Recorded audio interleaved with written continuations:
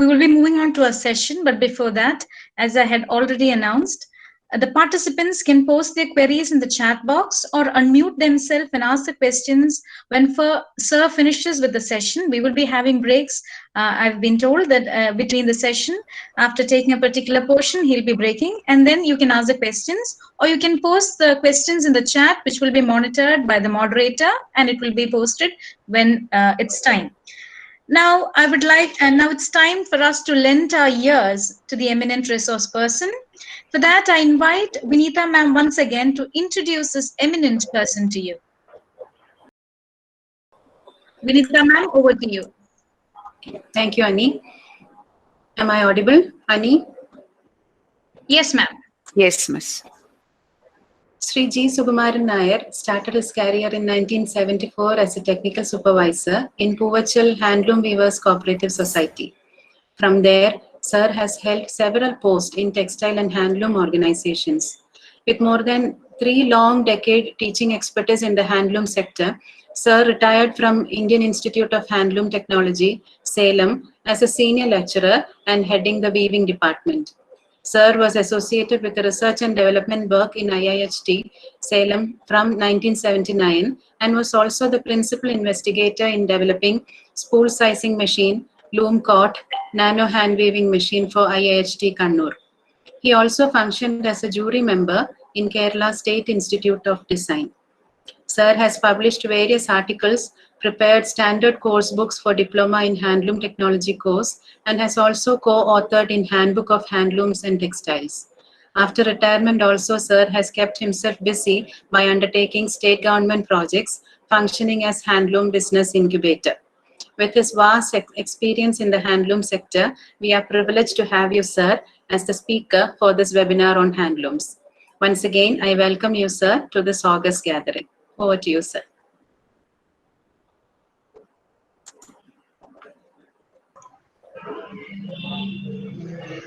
Good morning. Good morning, sir.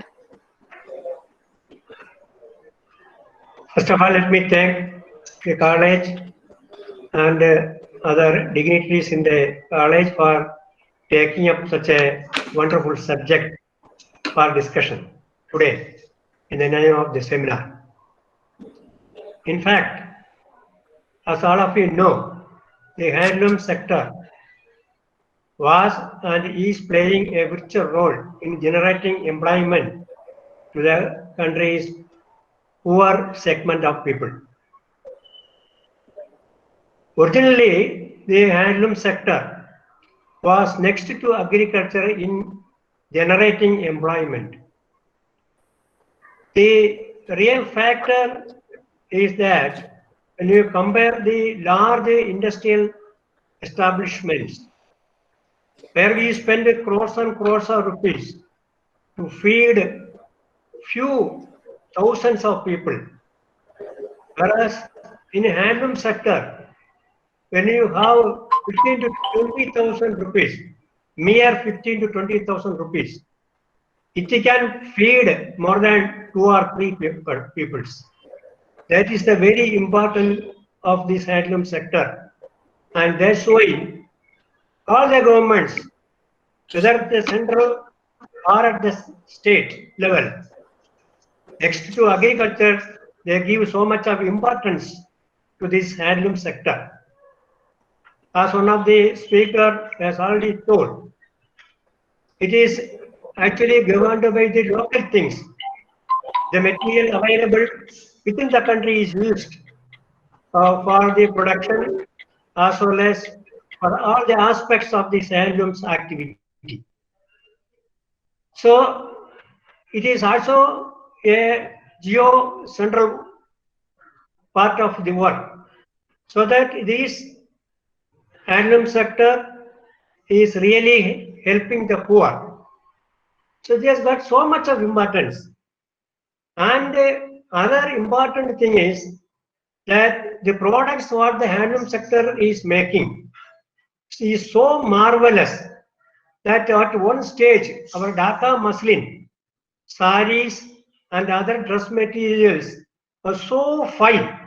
Those days we were not having spinning mill to manufacture today's quality standard yarn.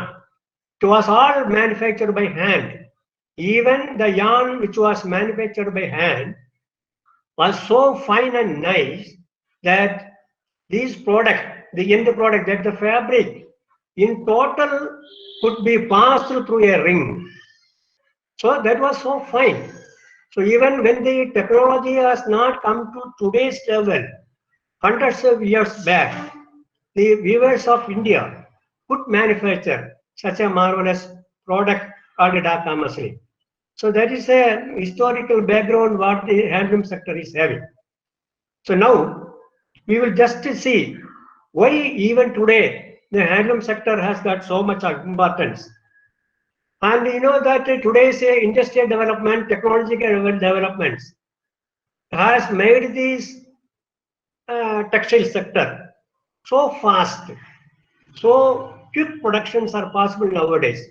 When you compare to a handloom sector product, that is, when a handloom is taking to produce a sari at least 2 or 3 days, in powerloom, in a day we can make about 10-15 saris.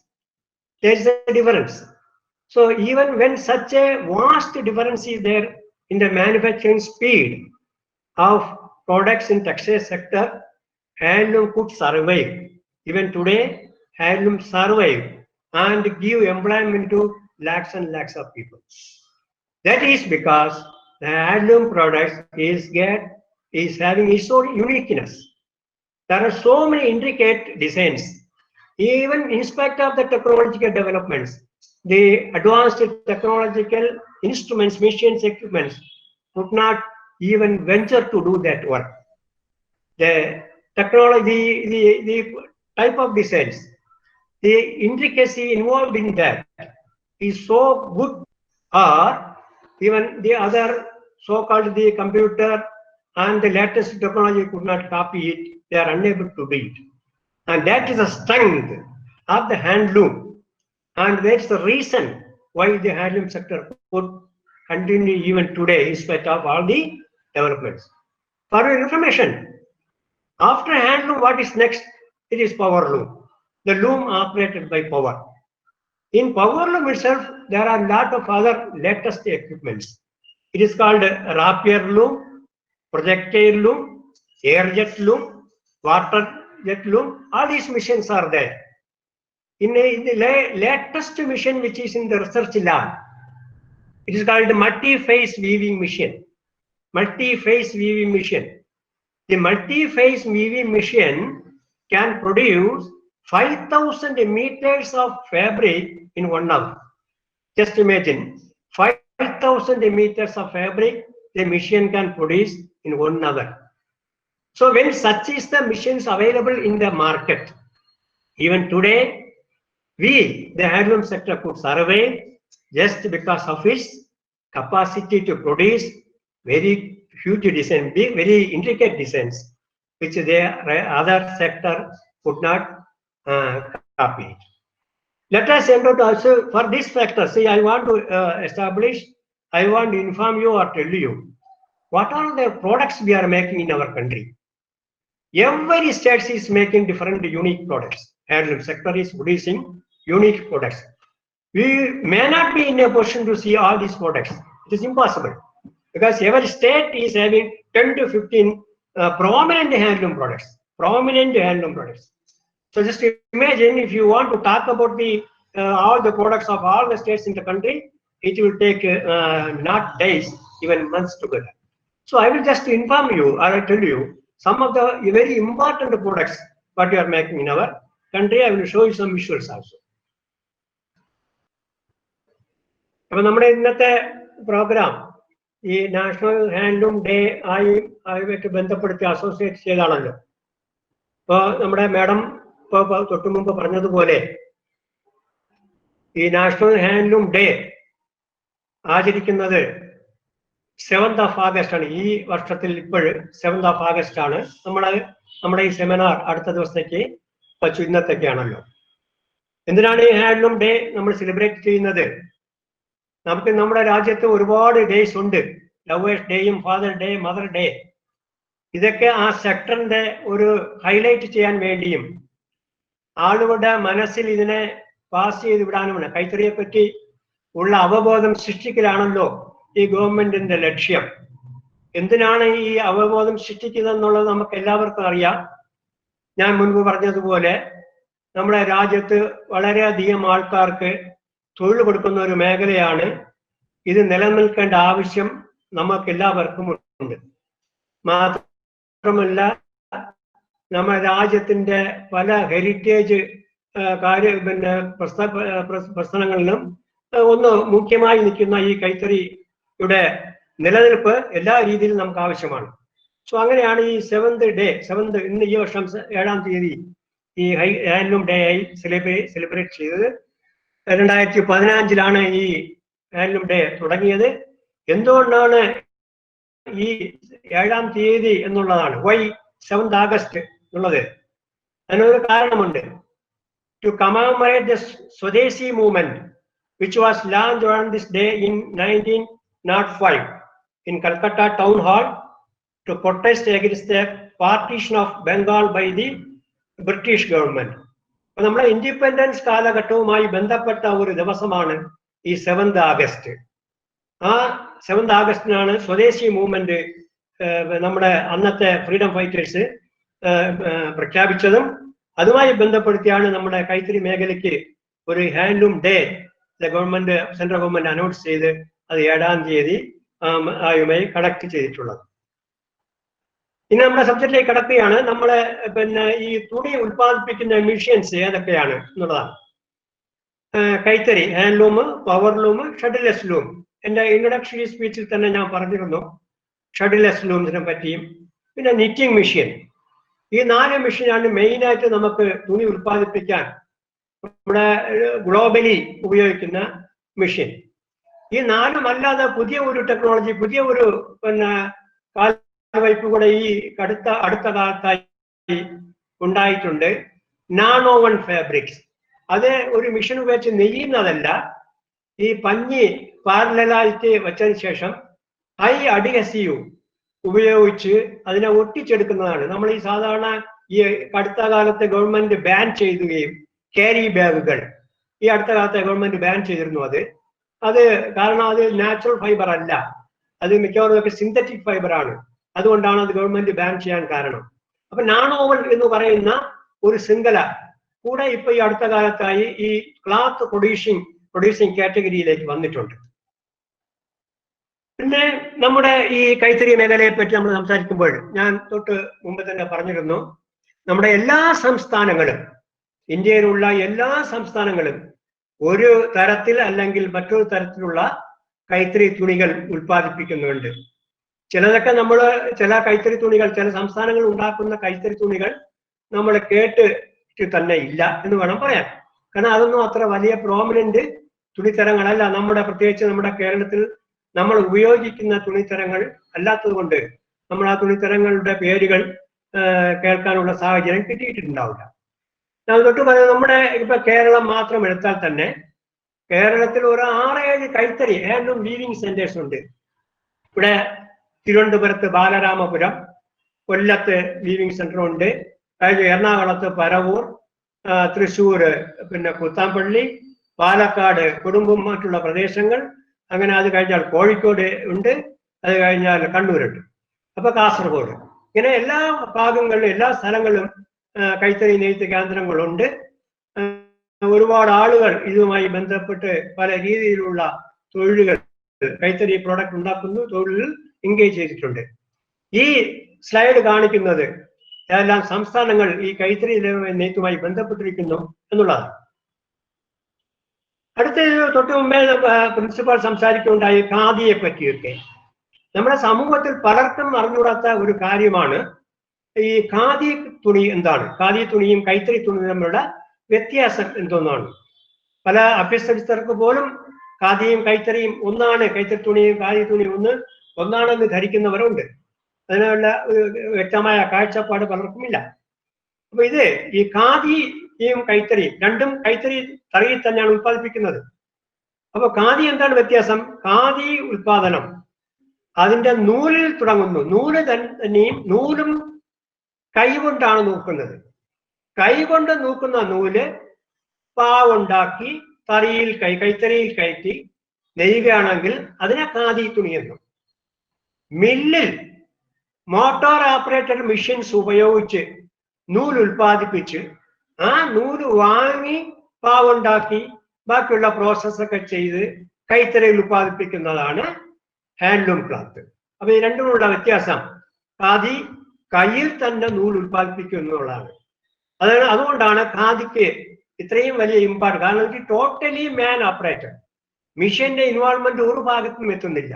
Totally operated, manipulated by worker or the weaver. അത് നമ്മുടെ khadi സെക്ടറിന്റെ brand ambassador ആരാണ്? നമ്മുടെ രാഷ്ട്രപിതാവാണ്, മഹാത്മാഗാന്ധിയാണ്. അത്രയും ആൾക്കാർക്ക് employment കൊടുക്കുന്നത് കൊണ്ടും അത് mission involvement ഇല്ലാത്തത് കൊണ്ടുമാണ് ഖാദിക്ക് ഇത്രയും ഇമ്പോർട്ടൻസ് എല്ലാ ഗവൺമെന്റിനും കൊടുക്കുന്നത്. നമുക്ക് നമ്മുടെ കേരളത്തിലെ ഒരു സാരിയെ പറ്റി തന്നെ ഒരു ചെറിയ വിശകലനം ചെയ്യാം. ഇന്ന് നമ്മുടെ സെമിനാറിൽ അറ്റൻഡ് ചെയ്യുന്നത് എനിക്ക് തോന്നുന്നു 100% ലേഡീസാണ്. അവർക്ക് എല്ലാവർക്കും പരിചിതമായിരിക്കണം ഈ നമ്മുടെ കസവ് സാരി, സെറ്റ് സാരി. അപ്പൊ ഈ സെറ്റ് സാരി ഉൽപ്പാദിപ്പിക്കുന്നത് എവിടെയാണ്? കേരളത്തിൽ സെറ്റ് സാരി ഉൽപ്പാദിപ്പിക്കുന്ന ഏറ്റവും വലിയ സെന്ററാണ്, 2 സെന്ററാണുള്ളത്. ഒന്ന് ഈ തിരുവനന്തപുരത്ത് അടുത്തുള്ള ബാലരാമപുരം, പിന്നെ തൃശ്ശൂരുള്ള പുത്താമ്പള്ളി. ഈ സ്ഥലങ്ങളെല്ലാം കൈത്തറി മേഖലയിൽ പ്രൊഡ്യൂസ് ചെയ്യുന്നത്, ബാലരാമപുരത്ത് പ്രത്യേകിച്ച് പ്രൊഡ്യൂസ് ചെയ്യുന്നത് ഈ സെറ്റ് സാരി. നമ്മുടെ ഉത്സവകാലത്തും ഓണത്തും ഒക്കെ നമ്മള് സ്ത്രീകൾ ഉപയോഗിക്കുന്ന സെറ്റ് സാരി, സെറ്റ് മുണ്ട്, ഡബിൾ മുണ്ട്, ഇങ്ങനെയൊക്കെ ഇതുപോലുള്ള ഐറ്റംസ് ആണ് ഈ ബാലരാമപുരത്ത് ഉൽപ്പാദിപ്പിക്കുന്നത്. ഈ തരത്തിലുള്ള ഇപ്പൊ ഞാൻ സ്ലൈഡിൽ കാണിക്കുന്ന തരത്തിലുള്ള സാരി ഈ ബാലരാമപുരത്ത് ഉൽപ്പാദിപ്പിക്കുന്നു. ഇതാണ് നമ്മുടെ വളരെ പഴമയുള്ള ഒരു പഴയ തറിയാണ് ഈ ബാലരാമത്ത് ഉപയോഗിച്ചുകൊണ്ട്. വലിയ ട്രഡീഷണൽ ടൈപ്പ് ഓഫ് ഹാൻഡ്ലൂമാണ് നിങ്ങൾ ഈ പിക്ചറിൽ കാണുന്നത്. ഓരോ പ്രോഡക്റ്റും, ഇന്ത്യയിലുള്ള എല്ലാ സംസ്ഥാനങ്ങളും നെയ്യുന്ന ഓരോ പ്രൊഡക്റ്റിനും അതിൻ്റെതായ തനിമയുണ്ട്. നമ്മുടെ ബാലരാമപുരം സാരി, സെറ്റ് സാരിയോ സെറ്റ് മുണ്ടോ ഒക്കെ ഉൽപ്പാദിപ്പിക്കുന്നതിനും അതിൻ്റെതായ ഒരു തനിമയുണ്ട്. ഈ തറികളൊന്നും ഈ ഓടം അടിച്ചു വിടുകയല്ല, കൈകൊണ്ട് കോർത്തെടുക്കുന്നതാണ്. ഈ സ്ലൈഡിൽ തന്നെ നിങ്ങൾക്ക് കാണാം, ഒരുപാട് ചെറിയ കമ്പുകളിൽ കശവ് നൂല് ചുറ്റി വെച്ചിരിക്കുന്നു. അപ്പൊ ഇത് കൈകൊണ്ട് കോർത്ത് എടുത്ത് നെയ്യാണ്. അപ്പൊ അങ്ങനെ നെയ്ത് വരുമ്പോൾ എന്താ കാര്യം എന്ന് വെച്ചാൽ ഒരുപാട് സമയമെടുക്കും ഒരു സാരി കംപ്ലീറ്റ് ആക്കാൻ. അതുകൊണ്ടാണ് നമ്മളെ ഈ കൈത്തറി പ്രോഡക്റ്റ്, ഒട്ടുമിക്ക കൈത്തറി പ്രോഡക്റ്റുകളും തുണിത്തരങ്ങളും വില കൂടാൻ കാര്യം ഇതിന്റെ വർക്ക് ടൈം കൺസ്യൂമിങ് പ്രോസസ് ആയതുകൊണ്ടാണ്. ഇത് നമുക്കൊരു വീഡിയോ കാണാം. നമ്മളെ ബാലരാമപുരത്ത് ട്രഡീഷണൽ കൈത്തറിയിൽ സെറ്റ് സാരി നെയ്യുന്ന ഒരു വീഡിയോ കാണാം.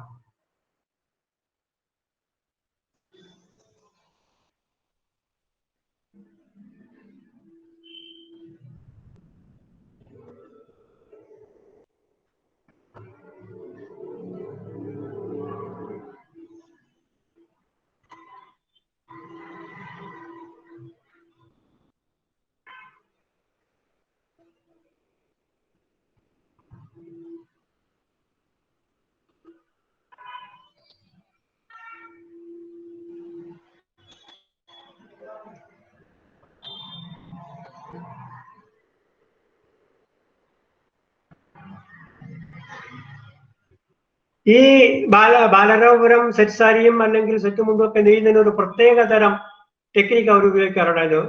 ഈ കാലഘട്ടങ്ങളിൽ അത് വളരെ കുറവായി ഉപയോഗിക്കുന്നു. ആദ്യ കാലഘട്ടങ്ങളിലൊക്കെ ഈ പാവിന്റെ പുറത്ത് ഒരു ഡിസൈൻ, നമ്മൾ ആഗ്രഹിക്കുന്ന ഡിസൈൻ, നമ്മൾ ഓഫീസിലൊക്കെ സീൽ അടിക്കുന്നത് പോലെ, അല്ലെങ്കിൽ ബ്ലാക്ക് പ്രിന്റിങ്, നിങ്ങൾക്ക് പരിചയമായ ഒരു ടേംസ് ആണ് ബ്ലാക്ക് പ്രിന്റിങ്. അതുപോലെ നമുക്ക് ഇഷ്ടമുള്ള ഡിസൈൻ ഈ തറിയിൽ പാവിന്റെ പുറത്ത് ഇംപ്രസ് ചെയ്യും, പ്രിന്റ് ചെയ്യും.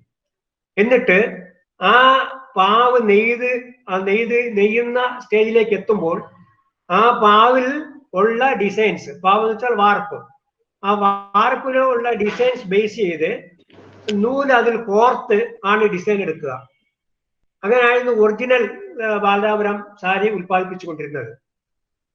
ഈ ബാലരാപുരം സാരിയുടെ വേറൊരു സവിശേഷത ഇതിൽ കസവ് ഉപയോഗിക്കുന്നു എന്നുള്ളതാണ്.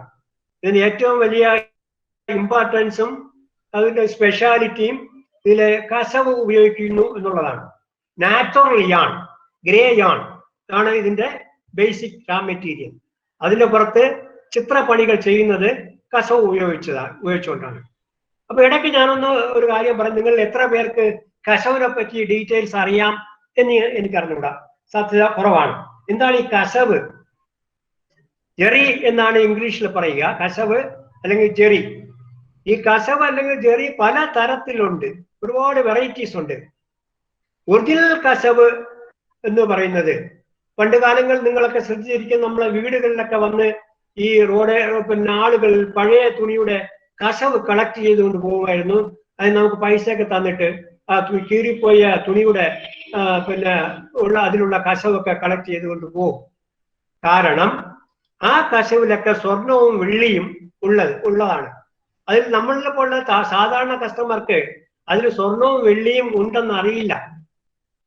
അത് പ്യൂർ ജെറി ആണെങ്കിൽ അതിൽ സ്വർണവും വെള്ളിയും ഉണ്ടാവും. എങ്ങനെയാണ് പ്യൂർ ജെറി ഉണ്ടാക്കുന്നതെന്ന് കൂടെ ഞാൻ നിങ്ങളുടെ അറിവിലേക്ക് പറഞ്ഞു തരാം. ഈ പ്യൂർ ജെറി എന്ന് പറയുന്നത് ഒറിജിനൽ കസവ്, പണ്ട് കാലത്ത് നമ്മൾ അത് മാത്രമേ ഉപയോഗിച്ചിരുന്നുള്ളൂ.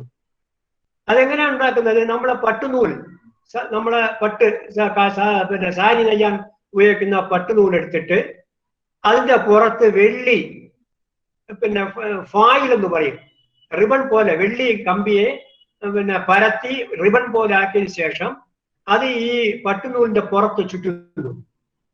അത് ഒരു പെൻസിൽ എടുത്തിട്ട് അതിന്റെ പുറത്ത് റിബൺ ചുറ്റുന്നത് പോലെ, പെൻസിൽ പുറത്ത് കാണാതെ റിബൺ ചുറ്റിയാൽ എങ്ങനെയായിരിക്കും അതുപോലെ ഈ പട്ടുനൂലിന്റെ പുറത്ത് സിൽവർ ഫായിൽ കംപ്ലീറ്റ് ചുറ്റും. ചുറ്റിയതിനു ശേഷം അതിനെ ഗോൾഡ് സൊല്യൂഷൻ ഇലക്ട്രോപ്ലേറ്റ് ചെയ്യും. അപ്പൊ സിൽവറിന്റെ പുറത്ത് ഗോൾഡിന്റെ ഡെപ്പോസിറ്റ് ഉണ്ടാവും. അങ്ങനെയാണ് ഗോൾഡിന്റെ നിറത്തിൽ കസവ് കാണുന്നത്. അപ്പൊ എന്താണ് ഈ ഒറിജിനൽ കസവ് വില കൂടാൻ കാര്യം? അകത്തിരിക്കുന്ന ഒറിജിനൽ പട്ടുനൂല്, സിൽക്ക് നൂല് കാസ്റ്റ്ലിയാണ്. അതിന്റെ പുറത്തുള്ള പിന്നെ വെള്ളി അത് കാസ്റ്റ്ലിയാണ്. അതിന്റെ പുറത്ത് നമ്മൾ ഇലക്ട്രോപ്ലേറ്റ് ചെയ്യുന്ന ഗോൾഡ് ഇത് കാസ്റ്റ്ലിയാണ്. അപ്പൊ ഇതുകൊണ്ടാണ് ഒറിജിനൽ കസവ് വില കൂടാൻ കാര്യം. ഒറിജിനൽ കസവ് ഉപയോഗിച്ച് നെയ്യുന്ന പ്രോഡക്റ്റും ഒരുപാട് വിലയാണ്. പക്ഷെ ഇതിന്ന് ഈ കാലഘട്ടങ്ങളിൽ വളരെ റയറായിട്ട് മാത്രമേ ഈ ഒറിജിനൽ കസവ് ഉപയോഗിക്കാറുള്ളൂ. കാരണം ഒന്ന്, ഈ ഇത്രയും വില കൊടുത്ത് സാധാരണ കസ്റ്റമർ വാങ്ങിക്കാൻ ആഗ്രഹിക്കുന്നില്ല. രണ്ട്, നമ്മുടെ ലൈഫ് സ്റ്റൈൽ ഇപ്പോൾ യൂസ് ആൻഡ് ത്രോ ആയിപ്പോയി. കുറച്ച് ദിവസം ഉപയോഗിക്കുന്നു, വലിച്ചെറിയുന്നു. അപ്പൊ കുറച്ച് ദിവസം ഉപയോഗിച്ചിട്ട് വലിച്ചെറിയുന്നതിന് ഇത്രയും വിലയുള്ള കസവ് അതില് ഉപയോഗിക്കേണ്ട ആവശ്യമില്ല. പിന്നെ നമ്മൾ ഉപയോഗിക്കുന്ന തുണിയിൽ ഒറിജിനൽ കസവാണോ എന്ന് നമ്മളെ കാണുന്നവരാരും മനസ്സിലാക്കേണ്ട ആവശ്യമില്ല, മനസ്സിലാക്കുന്നുമില്ല. നമ്മുടെ ഉദ്ദേശം അതിൽ ആ സ്വർണത്തിന്റെ നിറം വേണമെന്നാണ്. അതുകൊണ്ട് ഈ കസവ് അല്ലാതെ, ഒറിജിനൽ കസവ് അല്ലാണ്ട് അതിന്റെ ഹാഫ് ഫൈൻ എന്ന് പറഞ്ഞാൽ ഒറിജിനൽ പട്ടുനൂലിൽ ചെമ്പ്, വെള്ളിക്ക് പകരം ചെമ്പ് ചുറ്റി അതിന്റെ പുറത്ത് ഗോൾഡ് ഇലക്ട്രോപ്ലേറ്റ് ചെയ്യും. ചെമ്പിനും ഗോൾഡിനും സ്വർണത്തിനും സാമ്യതകൾ, നിറത്തിൽ സാമ്യതകൾ ഉള്ളതുകൊണ്ട് ഗോൾഡിന്റെ ഇലക്ട്രോപ്ലേറ്റിംഗ് ക്വാണ്ടിറ്റി പെർസെൻറ്റേജ് വളരെ കുറച്ച് മതി. അപ്പൊ അങ്ങനെ വരുമ്പോൾ പ്യൂർ ജെറിയേക്കാൾ ഹാഫ് ഫൈൻ ജെറി എന്ന് പറയുന്നതിന് വില കുറയും. കാരണം പട്ടുനൂലിന്റെ പുറത്ത് ചെമ്പാണ് ചുറ്റിയത്, അതിന്റെ പുറത്ത് വളരെ കുറച്ച് സ്വർണമേ പൂശിയുള്ളൂ. അതുകൊണ്ട് ഈ ഹാഫ് ഫൈൻ ജെറി പിന്നെ വില താരതമ്യേന കുറവായിരിക്കും. പക്ഷെ ഇതിനൊരു പ്രശ്നമുള്ളത്, ഈ ഹാഫ് ഫൈൻ ജെറിക്ക് ഒരു പ്രശ്നമുള്ളത്, കുറെ കാലം കഴിയുമ്പോൾ ഈ കസവ് കറുക്കും. എന്താണ് കറക്കാനുള്ള ഒരു ടെക്നിക്കൽ പിന്നെ കാരണം? ഈ ചെമ്പ് പാത്രങ്ങൾ നമ്മളെ വീട്ടിന്റെ പുറത്തൊക്കെ വച്ചിരുന്നാല്, ഒരു രാത്രിയോ 2 രാത്രിയൊക്കെ അവിടെ വച്ചിരുന്നാല് ക്ലാവ് പിടിക്കുന്ന ഒരു സ്വഭാവമുണ്ട്. എന്താണ് ഈ ക്ലാവ് പിടിക്കുക എന്നുള്ളത്? ആക്ച്വലായിട്ട് ഈ ചെമ്പ്, കാപ്പർ അറ്റ്മോസ്ഫിയറിലെ ആക്സിജനുമായിട്ട് റിയാക്ട് ആവുകയാണ്. ഈ ചെമ്പ് അറ്റ്മോസ്ഫിയറിക് ഓക്സിജനുമായി റിയാക്ട് ആവുകയും അതാണ് ഈ ക്ലാവ് പിടിക്കുന്നത് നമ്മൾ പറയുന്നത്. അപ്പൊ നമ്മൾ ഈ ഹാഫ് ഫൈൻ ചെറി നമ്മുടെ വസ്ത്രങ്ങൾക്ക് ഉൽപാദന സമയത്ത് ഉപയോഗിച്ചാൽ കുറെ കാലം കഴിയുമ്പോൾ പുറത്തുള്ള ഗോൾഡ് പുറത്ത് പോവുകയും അവിടെയൊക്കെ ഈ അറ്റ്മോസ്ഫിയർ എയർ കോണ്ടാക്ട് വരുമ്പോൾ അതിനകത്തുള്ള ചെമ്പ് കറുക്കാൻ തുടങ്ങുകയും അങ്ങനെയാണ് നിങ്ങളുടെ അമ്മയോ അമ്മുമ്മയോ ഒക്കെ ചോദിച്ചാൽ എനിക്ക് എന്റെ ഭർത്താവ് വാങ്ങിച്ചുകൊണ്ടുവന്ന സെറ്റ് സാരി കുറച്ചു ദിവസം കഴിഞ്ഞപ്പോൾ കസവൊക്കെ കറുത്തുപോയി, ഇങ്ങേർക്കൊന്നും വാങ്ങിക്കാന്ന് പറഞ്ഞുകൂടാ എന്നൊക്കെ നിങ്ങൾ പറഞ്ഞ് പിന്നെ ഭർത്താവിനെ ഒരു പഴിചാരുന്ന ഒരു സാഹചര്യമൊക്കെ പണ്ടുണ്ടായിരുന്നു. അപ്പോൾ ഇന്നലെ നമ്മുടെ കാലഘട്ടത്തിൽ ഞാൻ പറഞ്ഞതുപോലെ ഈ പിന്നെ ഈ യൂസ് ആൻഡ് ത്രോ സാഹചര്യം വന്നതുകൊണ്ട് പിന്നെ അതാണ് നമ്മുടെ ലൈഫ് സ്റ്റൈൽ. ഇന്ന് നമുക്ക് കൂടുതൽ വ്യത്യസ്തമായ തുണിത്തരങ്ങൾ നമുക്ക് ഫ്രീക്വന്റ് ആയിട്ട് ഉപയോഗിക്കാൻ ആഗ്രഹമുള്ളത് കൊണ്ട് ഇങ്ങനെ costly fine zari, good original ജെറിയോ ഹാഫ് ഫൈൻ ജെറിയോ ഒന്നും ഉപയോഗിക്കുന്നില്ല. അതിനു പകരം നമ്മൾ ഇപ്പോൾ ഉപയോഗിക്കുന്ന മിക്കവാറും സെറ്റ് സാരികളിലുള്ളതെല്ലാം ഈ പ്ലാസ്റ്റിക് ജെറിയാണ്. ഇന്ന് നമ്മൾ ഒരു പിന്നെ 500, 600, 1000 താഴെ വിലയുള്ള സെറ്റ് സാരി വാങ്ങിക്കുന്നെങ്കിൽ അതിൽ കാണുന്നതെല്ലാം പ്ലാസ്റ്റിക് ജെറിയാണ്. അത് സാധാരണക്കാരന് അത് പിന്നെ പ്യൂർ ജെറിയാണോ ഹാഫ് ഫൈൻ ജെറിയാണോ ഒന്നും മനസ്സിലാകത്തില്ല. നമ്മുടെ പർപ്പസ് അത് ഡെക്കറേറ്റീവായി കാണാൻ ഭംഗിയായിരിക്കണം എന്നുള്ളതാണ്. ആ പർപ്പസ് സെർവ് ആവുകയും ചെയ്യും. അപ്പൊ ഇത്രയാണ് എനിക്ക് ബാലരാപുരം സാരിയെ പറ്റി പറയാനുള്ളത്. ഇപ്പോൾ നിങ്ങൾക്ക് സംശയം ഉണ്ടെങ്കിൽ ചോദിക്കാം. സർ, ഒരു ക്വസ്റ്റ്യൻ വന്നിട്ടുണ്ട്. How can we identify original handloom items? ആ ക്വസ്റ്റ്യൻ നമുക്ക് പിന്നെ അതൊരു വലിയ ചോദ്യം. ഇപ്പൊ തന്നെ പറയും, പിന്നെ പറഞ്ഞാൽ ശരിയാകത്തില്ല. ഈ ഒറിജിനൽ ഹാൻഡ്ലൂം എന്ന് വെച്ചാൽ അത് വലിയ ഡിസ്പ്യൂട്ടഡ് സബ്ജക്റ്റ് ആണ്. ഇപ്പൊ ഡിസ്പ്യൂട്ടഡ് സബ്ജക്റ്റ് എന്ന് വെച്ചാൽ കോടതി വരെ കയറുന്ന കാര്യങ്ങളാണ്. കാരണം നമ്മളെ ഇന്ത്യയില് പാർലമെന്റ് 11 പ്രോഡക്ട്സ്, കൈത്തറി പ്രോഡക്ട്സ് കൈത്തറിക്ക് വേണ്ടി റിസർവ് ചെയ്തിട്ടുണ്ട്. ഹാൻഡ്ലൂം റിസർവേഷൻ ആക്ട് എന്നാണ് അതിനെ പറയുന്നത്. ഈ 11 പ്രോഡക്റ്റ് പവർലൂമിലോ മറ്റുള്ള മെഷീനറിയിലോ ഉത്പാദിപ്പിക്കാൻ പാടില്ല. അപ്പൊ ബട്ട് ഈ പിന്നെ കമേഴ്ഷ്യലൈസേഷന്റെ ഭാഗമായി ഈ പവർലൂം സെക്ടർ ഒളിഞ്ഞും തിരിഞ്ഞും ഒക്കെ ഈ പ്രോഡക്റ്റ് 11 പ്രോഡക്റ്റ് പവർലൂമിൽ ഉണ്ടാക്കാൻ ശ്രമിക്കും. അങ്ങനെ ശ്രമിച്ചാൽ അത് പിടിക്കാനും അവരെ പ്രോസിക്യൂട്ട് ചെയ്യാനുമുള്ള ഗവൺമെന്റ് തലത്തിലെ ഡിപ്പാർട്ട്മെന്റും സെൻട്രലിന്റെയും സ്റ്റേറ്റ് ഗവൺമെന്റിന്റെയും കീഴിൽ അങ്ങനെ ഉണ്ട്. കാരണം ഈ പറഞ്ഞു വരുന്ന കാര്യം ഇത് വളരെ കോംപ്ലിക്കേറ്റഡ് ഇഷ്യൂ ആണ്. ഈ പിന്നെ ഹാൻഡ്ലൂം പവർലൂം പിന്നെ തരം തിരിക്കുക അല്ലെങ്കിൽ കണ്ടുപിടിക്കുക എന്നുള്ളത്. പിന്നെ സാധാരണ രീതിയിൽ ഈ കൈത്തറി തുണിക്കിൽ ചില ഐഡന്റിഫിക്കേഷൻ മാർക്കുകളുണ്ട്. അങ്ങനെയുള്ള ചില മാർക്കുകൾ വെച്ചാണ് ഞങ്ങളെപ്പോലുള്ള ആൾക്കാരൊക്കെ അതിനെ ഐഡന്റിഫൈ ചെയ്യുന്നത്. അതിന് ഒരു മാർഗം ഈ പിന്നെ ഈ 2 സൈഡിലും നമ്മളെ കരയുടെ ഭാഗത്ത് ഈ നമ്മളെ തുണിയുടെ വീതി മെയിൻറ്റെയിൻ ചെയ്യാൻ വേണ്ടി ഒരു ടെമ്പിൾ എന്ന് പറയുന്ന ഒരു സാധനം ഈ നെയ്യുന്ന പ്രോസസ്സ് നെയ്തുകൊണ്ടിരിക്കുമ്പോൾ അങ്ങോട്ട് മാറ്റി മാറ്റി എടുത്ത് കുത്തി വെക്കും. അപ്പൊ ഈ സൂചി കുത്തി ഇറക്കുന്ന പോലെ, സൂചി എന്ന് വെച്ചാൽ ഇത്തിരി ഏതാണ്ട് ഒരു മുള്ളാണി എന്ന് പറയും. ഈ മുള്ളാണിയിലെ കനത്തിലുള്ള ആണി കുത്തി ഇറക്കിയതുപോലുള്ള ദോരങ്ങൾ ഈ പിന്നെ സെൽവച്ച് 2 സൈഡിലും കരയുടെ അങ്ങ് എക്സ്ട്രീം എൻഡിൽ, 2 വലത്തും ഇടത്തും എക്സ്ട്രീം എൻഡിൽ ചെറിയ ചെറിയ ദ്വാരങ്ങൾ കാണുകയാണെങ്കിൽ അത് കൈത്തറി തുണിയായി നമുക്ക് അനുമാനിക്കാം. ഞാൻ തീർത്തു പറയുന്നില്ല, അത് ശ്രദ്ധിക്കാം. അനുമാനിക്കാമെന്നേ പറയാവൂ. കാരണം പവർലൂമിൽ തുണി ഉൽപ്പാദിപ്പിച്ചതിന് ശേഷം ഇതുപോലുള്ള ദ്വാരങ്ങൾ ഇട്ട് മാർക്കിൽ കൊണ്ടുവന്ന് കൈത്തറി എന്ന് പറഞ്ഞിരിക്കുന്നുണ്ട്. അതുകൊണ്ടാണ് ഞാൻ അനുമാനിക്കാം എന്ന് പറഞ്ഞത്.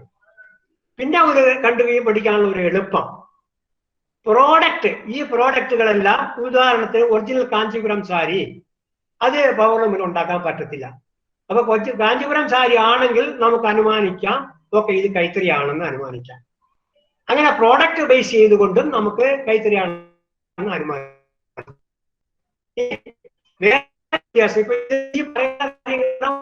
കസ്റ്റമർക്ക് കണ്ടുപിടിക്കാൻ പ്രയാസമാണ്. ഇപ്പൊ ടെക്നിക്കൽ ബാക്ക്ഗ്രൗണ്ട് ഉള്ള എന്നെ പോലുള്ള വ്യക്തികൾക്ക് കുറച്ചുകൂടി ഈസി ആയിട്ട് കണ്ടുപിടിക്കാൻ പറ്റും. ഞാൻ അടുത്ത ഒരു ടെക്നിക്കൽ ഫീച്ചർ എന്ന് പറയുന്നത് അടുപ്പം. അടുപ്പം എന്ന് വെച്ചാൽ നമ്മൾ നെയ്യുമ്പോൾ നിങ്ങളിൽ എത്ര പേർക്ക് നെയ്ത്തറിയാം എന്നുള്ള ധാരണ എനിക്കില്ല. എന്നാലും ഈ നെയ്ത്തുകാരൻ കൈകൊണ്ട് വലത്തോട്ടും ഇടത്തോട്ടും അടിക്കുന്നുണ്ടല്ലോ, അത് ഷഡിൽ എന്നാണ്. ആ മൂവ് ആകുന്ന സാധനത്തിന്റെ പേര് ഷഡിൽ. അത് അതിനകത്ത് നൂല് വെച്ചിട്ടുണ്ടല്ലോ, അത് പിക്ക് ഇടയാണ്. അപ്പൊ ഈ നെയ്യുന്ന നൂല് പാവ് അത് ബാക്ക് തടിയുടെ പിറകിൽ നിന്ന് പാരലായിട്ട് വരുന്ന മുമ്പോട്ട് വരുന്ന കളക്റ്റീവ് ത്രെഡ്സിനെയാണ് വാർപ്പ് എന്ന് പറയുന്നത്, അല്ലെങ്കിൽ പാവെന്ന് പറയുന്നത്. നമ്മൾ നെയ്ത്തുകാരൻ അങ്ങോട്ട് റൈറ്റിനും ലെഫ്റ്റും പിടിച്ച് അടിക്കുമ്പോൾ ആ ഫാബ്രിക് ലേ ആവുന്നതാണ് വെഫ്റ്റ് അല്ലെങ്കിൽ പിക്ക് എന്ന് പറയുന്നത്.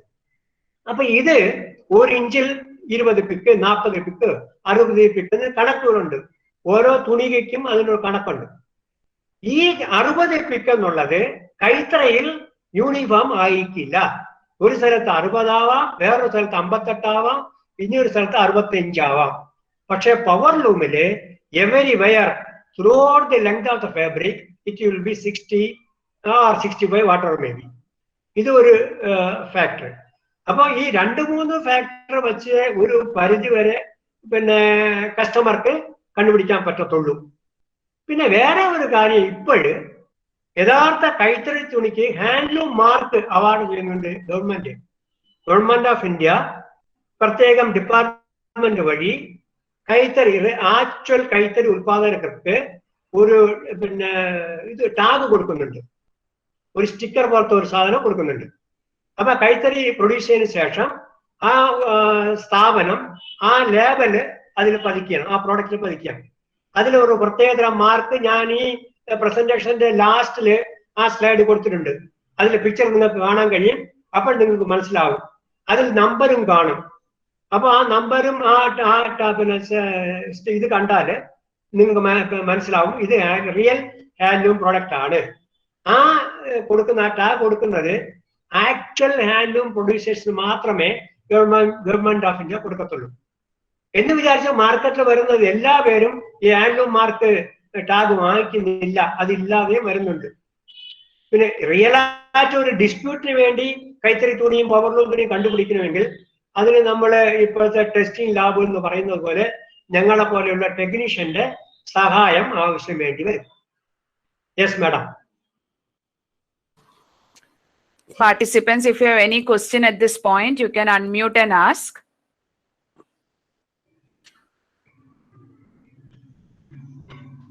എല്ലാവരും വ്യക്തമായി കേൾക്കുന്നുണ്ടോ? കേൾക്കുന്നുണ്ട് സർ, ക്ലിയർ ആണ് സർ. ഓക്കെ സർ, കണ്ടിന്യൂ ചെയ്യാൻ തോന്നുന്നു. ഇപ്പം ക്വസ്റ്റ്യൻ ഒന്നും വന്നിട്ടില്ല. നമുക്ക് നെക്സ്റ്റ് എടുക്കാം സർ. നമ്മളെ ഇവിടെ ഞാൻ പറഞ്ഞു പിന്നെ ഓരോ സംസ്ഥാനങ്ങളിലും കുറഞ്ഞത് 5-6 പ്രോഡക്ട്സ് ഒക്കെയാണ് അവരുടേതായ പ്രോഡക്റ്റ് ഉണ്ടാക്കുന്നത്.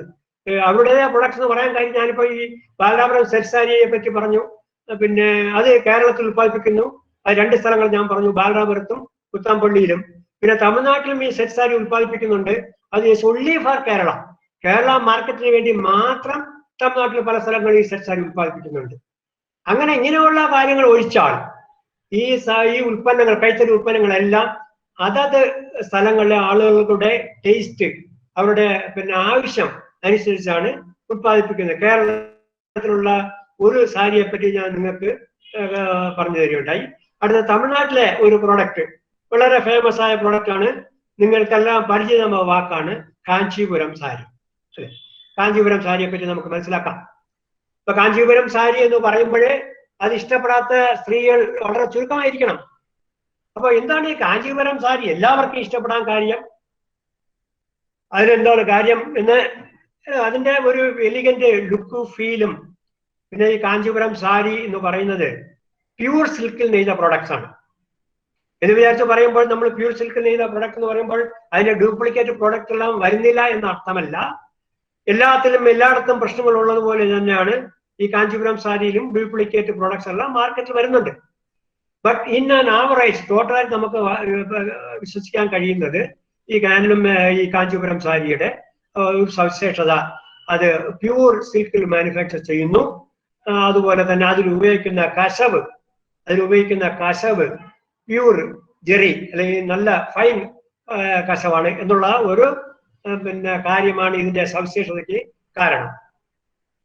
പിന്നെ ഈ കാഞ്ചീപുരം സാരിയുടെ ഒരു സവിശേഷത, ഒരു പ്രത്യേകത എന്ന് പറയുന്നത് ഇതിന്റെ സാളിഡ് ബാർഡർ, സാളിഡ് ബാഡി, സാളിഡ് പല്ലു. എന്താണ് ഇതിന്റെ കാര്യം? എന്താണ് ഈ സാളിഡ് ബാർഡർ, സാളിഡ് ബാഡി, സാളിഡ് പല്ലു എന്നുള്ളത് ഒന്നുകൂടെ ഞാൻ അടുത്ത ചിത്രത്തിലേക്ക് വന്നിട്ട് കാണിച്ചു തരാം. ഇപ്പൊ ഈ ചിത്രം നിങ്ങൾ കാണുന്നുണ്ട്. ഒരു ഡയഗ്രാം, ലൈൻ ഡയഗ്രാം ആണ് കാണിക്കുന്നത്. ഇതൊരു ഡയഗ്രാം ആണ് കാണിക്കുന്നത്. റൈറ്റ് സൈഡില് ഉള്ള ഒരു 4 ഇഴകൾ ത്രെഡ്സ് ചുവപ്പാണ്. അത് സെൻട്രലിലുള്ളത് ബ്ലൂ, ഇടത് സൈഡിൽ വീണ്ടും ചുവപ്പ്. ഇതെന്താണ് കാണിക്കുന്നത് വെച്ചാൽ സാരിയുടെ വല സൈഡിലെ ബാർഡറിൽ ചുവപ്പ് ഇഴകൾ ഉപയോഗിക്കുന്നു, സെൻട്രൽ ബാഡിയിൽ ബ്ലൂ ഇഴകൾ ഉപയോഗിക്കുന്നു, ഇടത് സൈഡ് വീണ്ടും ബാർഡറിൽ വീണ്ടും ചുവപ്പ് ഇഴ ഉപയോഗിക്കുന്നു. സാധാരണ നെയ്ത്തിൽ എന്താ സംഭവിക്കുന്നത്? ഏതെങ്കിലും ഒരു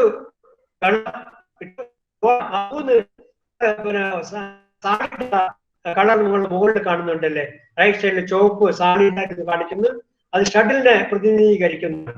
അതുപോലെ ലെഫ്റ്റ് സൈഡില് ചുവപ്പും നീലയും കാണിക്കുന്നുണ്ട്. അപ്പൊ മൊത്തം 3 ഷട്ടിലാണ് ഇതിൽ കാണിക്കുന്നത്. അപ്പൊ സാധാരണ കൈത്തറിയിലായിരുന്നാലും പവർലൂമിലായിരുന്നാലും ഈ കാഞ്ചീപുരം സാരി നെയ്യുകയാണെങ്കിൽ ഒരു ഷട്ടിൽ, ഇവിടെ 3 കാണിക്കുന്നു, ഒരു ഷട്ടിലേ ഉപയോഗിക്കത്തുള്ളൂ.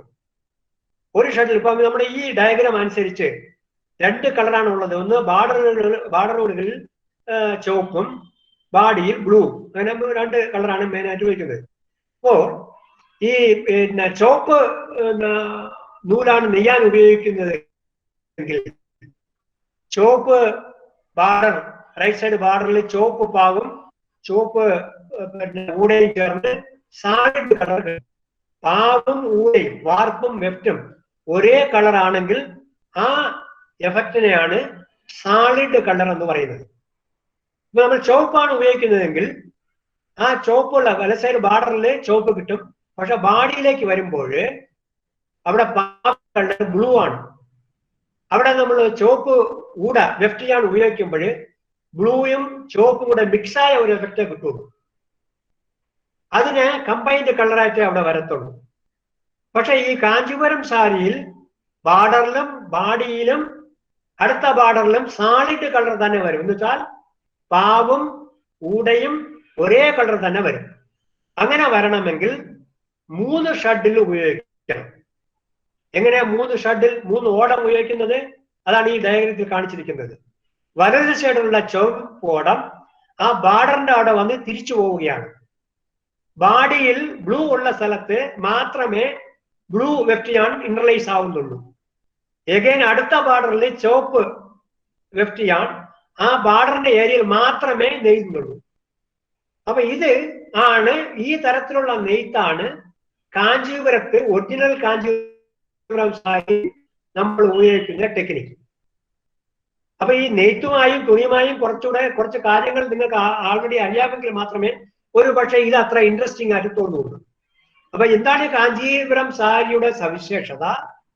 ബാർഡറും ബാഡിയും എല്ലാം സാലിഡ് കളർ ആയിരിക്കും, മിക്സഡ് ആയിരിക്കില്ല.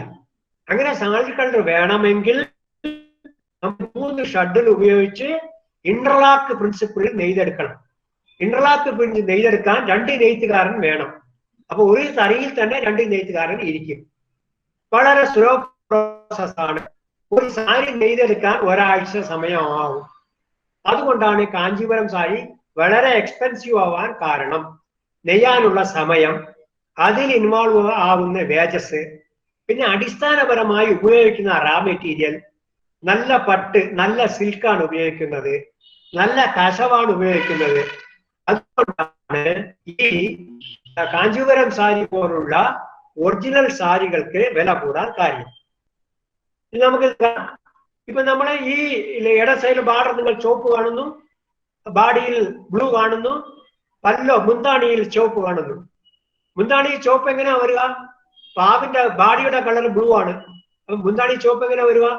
ബാഡി എല്ലാം നെയ്യ് തീർന്നതിന് ശേഷം മുന്താണി നെയ്യുന്നതിന് മുമ്പേ ഒരു പുതിയ പാവ് കയറ്റി, ചുവപ്പ് പാവ് കയറ്റി പഴയ ബ്ലൂ പാവുമായി ബന്ധിപ്പിച്ചതിന് ശേഷം കുറച്ച് നെയ്തിട്ട് പഴയ ബ്ലൂ പാവ് അറുത്തു മാറ്റി പുതിയ ചുവപ്പ് പാവ് വെച്ച് ചുവപ്പ് ഊടയിട്ട് നെയ്യുന്നതാണ് മുന്താണി. ഇത്രയും കോംപ്ലിക്കേറ്റഡ് പ്രോസസ്സാണ് കൈത്തറിയിലുള്ളത്. അതുകൊണ്ടാണ് ഈ കാഞ്ചീപുരം സാരി പോലുള്ള ട്രഡീഷണൽ സാരീസ് പവർലൂമിലും മറ്റുള്ള കോമ്പറ്റീറ്റീവ് മിഷനറീസിലും ഉൽപ്പാദിപ്പിക്കാൻ കഴിയാത്തത് തനതായ കാഞ്ചീപുരം സാരി, ഒറിജിനൽ കാഞ്ചീപുരം സാരി കൈത്തറിയിൽ മാത്രമേ ഉൽപ്പാദിപ്പിക്കാൻ കഴിയൂ. അതാണ് അതിന്റെ സവിശേഷത. അതിന് ഒരുപാട് സമയമാവുന്നുണ്ട്, ഒരുപാട് ലേബർ ഇൻവോൾവ്ഡ് ആണ്. അതുകൊണ്ടാണ് ഈ ഒറിജിനൽ കാഞ്ചീപുരം സാരി പോലുള്ള സാരികൾക്ക് വില കൂടാൻ കാര്യം. നമുക്ക്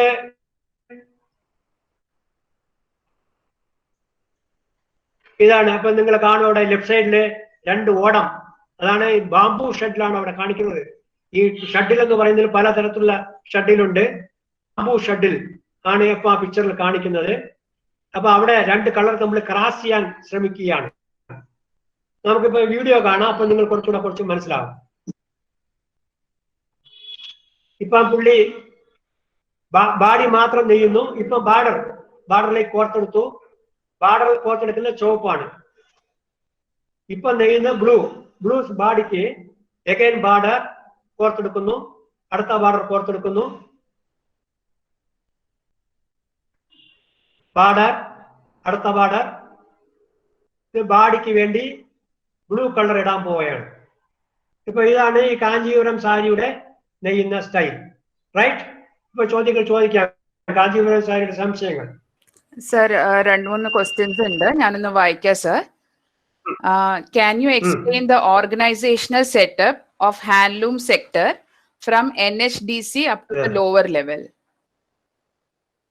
Repeat ചെയ്യണോ സർ? അതിന് ആൻസർ പറയാം.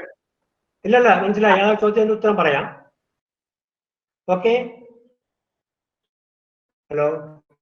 പറഞ്ഞോളൂ സർ, പറഞ്ഞോളൂ.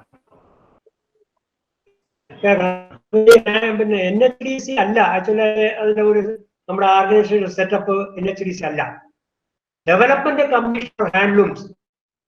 ഡെവലപ്മെന്റ് കമ്മീഷൻ ഫോർ ഹാൻഡ്ലൂംസ് എന്ന സെറ്റപ്പ് നമുക്ക് കേന്ദ്ര ലെവലിൽ ഡൽഹിയിലുള്ളത്. അവിടെ ഇരിക്കുന്ന ഡെവലപ്മെന്റ് കമ്മീഷണറാണ്, IAS ഓഫീസറാണ്, സീനിയർ IAS ഓഫീസർ. അത് നമ്മുടെ മിനിസ്ട്രി ഓഫ് ടെക്സ്റ്റൈൽസിന്റെ തൊട്ട് താഴെ വരുന്ന ഒരു ഓഫീസാണ്. അതിന്റെ താഴെ ഒരുപാട് ഓഫീസുകൾ നമുക്കുണ്ട്. അതിലെ വീവേഴ്സ് സർവീസ് സെന്റർ, എല്ലാ സംസ്ഥാനങ്ങളിലും 2ഉം 3ഉം വീവേഴ്സ് സർവീസ് സെന്ററുകളും ഉണ്ട്. അത് ഇപ്പൊ കണ്ണൂരാണ് ഓഫീസുള്ളത്. കേരളത്തിൽ ഊരാണുള്ളൂ, ഇങ്ങനെ യുടെ കീഴിൽ എല്ലാ സംസ്ഥാനങ്ങളിലും ഓഫീസുകളുണ്ട്. കേന്ദ്ര ഗവൺമെന്റിന്റെ സ്കീമുകളും അവരുടെ ഡയറക്ഷൻസും ഒക്കെ ഈ ഫീൽഡ് ലെവലിൽ ഇംപ്ലിമെന്റ് ചെയ്യുന്നത് ഇവരാണ്, ഈ ഓഫീസുകളാണ്. ഇനി അടുത്തതുള്ള സ്റ്റേറ്റ് ഗവൺമെന്റ് ആണ്. സ്റ്റേറ്റ് ഗവൺമെന്റിൽ മിനിസ്ട്രി ഓഫ് ടെക്സ്റ്റൈൽസോ അല്ലെങ്കിൽ കേരളത്തിൽ വ്യവസായ വകുപ്പിന്റെ കീഴിൽ കൈത്തറി ഡയറക്ടറേറ്റ് ഉണ്ട്. കൈത്തറി ഡയറക്ടറേറ്റ് ഇപ്പൊ കേരളത്തിൽ കൈത്തറി ഡയറക്ടറേറ്റ് ഉള്ള തിരുവനന്തപുരത്ത് വികാസ് ഭവനിലാണ്. അവിടെ കൈത്തറി ഡയറക്ടർ ഉണ്ട്. അദ്ദേഹത്തിന്റെ കീഴിലുള്ളതാണ് ഈ ജില്ലാ വ്യവസായ കേന്ദ്രങ്ങൾ. അപ്പൊ ജില്ലാ വ്യവസായ കേന്ദ്രങ്ങളിൽ കൂടിയാണ് കൈത്തറിയുടെ ബന്ധപ്പെട്ട കാര്യങ്ങൾ ഡയറക്ഷൻസ് കൊടുക്കുന്നതും അവർക്ക് എന്തെങ്കിലും സഹായങ്ങൾ കൊടുക്കുന്നതും നെയ്ത്തുകാർക്ക് സഹായം കൊടുക്കുന്നതും കേരളത്തിലുള്ള എല്ലാ കൈത്തറി സൊസൈറ്റികളെ മാനേജ് ചെയ്യുന്നതും ഈ കൈത്തറി വ്യവസായ കേന്ദ്രത്തിൽ കൂടിയാണ്. പിന്നെ ഇതാണ് ഈ സ്റ്റേറ്റ് ലെവലിലും സെൻട്രൽ ലെവലിലും ഉള്ള ഗവൺമെന്റ് സെറ്റപ്പ്. ഇപ്പൊ നിങ്ങൾ ചോദ്യം നാഷണൽ ഹാൻഡ്ലൂം ഡെവലപ്മെന്റ് കോർപ്പറേഷൻ, അത് ഗവൺമെന്റ് സെറ്റപ്പ് അല്ല, ഒരു അണ്ടർടേക്കിംഗ് ആണ്, ഒരു കോർപ്പറേഷനാണ്. നമ്മുടെ Kerala state handloom development corporation എന്ന് പറയുന്നത് പോലെ കേന്ദ്രത്തിന്റെ കീഴിലുള്ള ഒരു കോർപ്പറേഷനാണ്.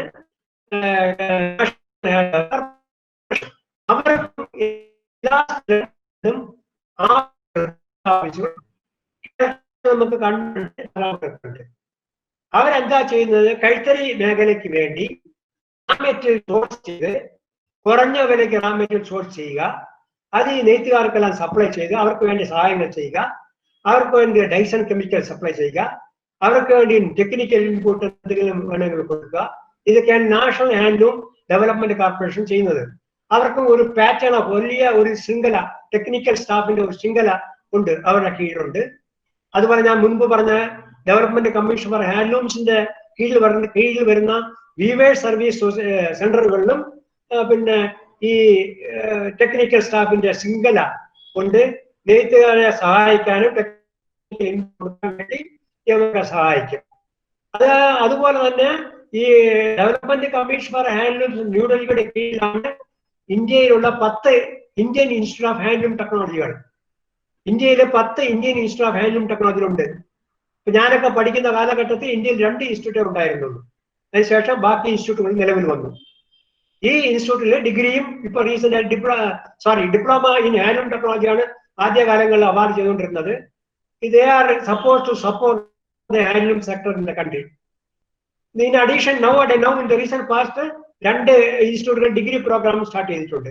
Degree in handloom and textile technology ഇതുണ്ട്.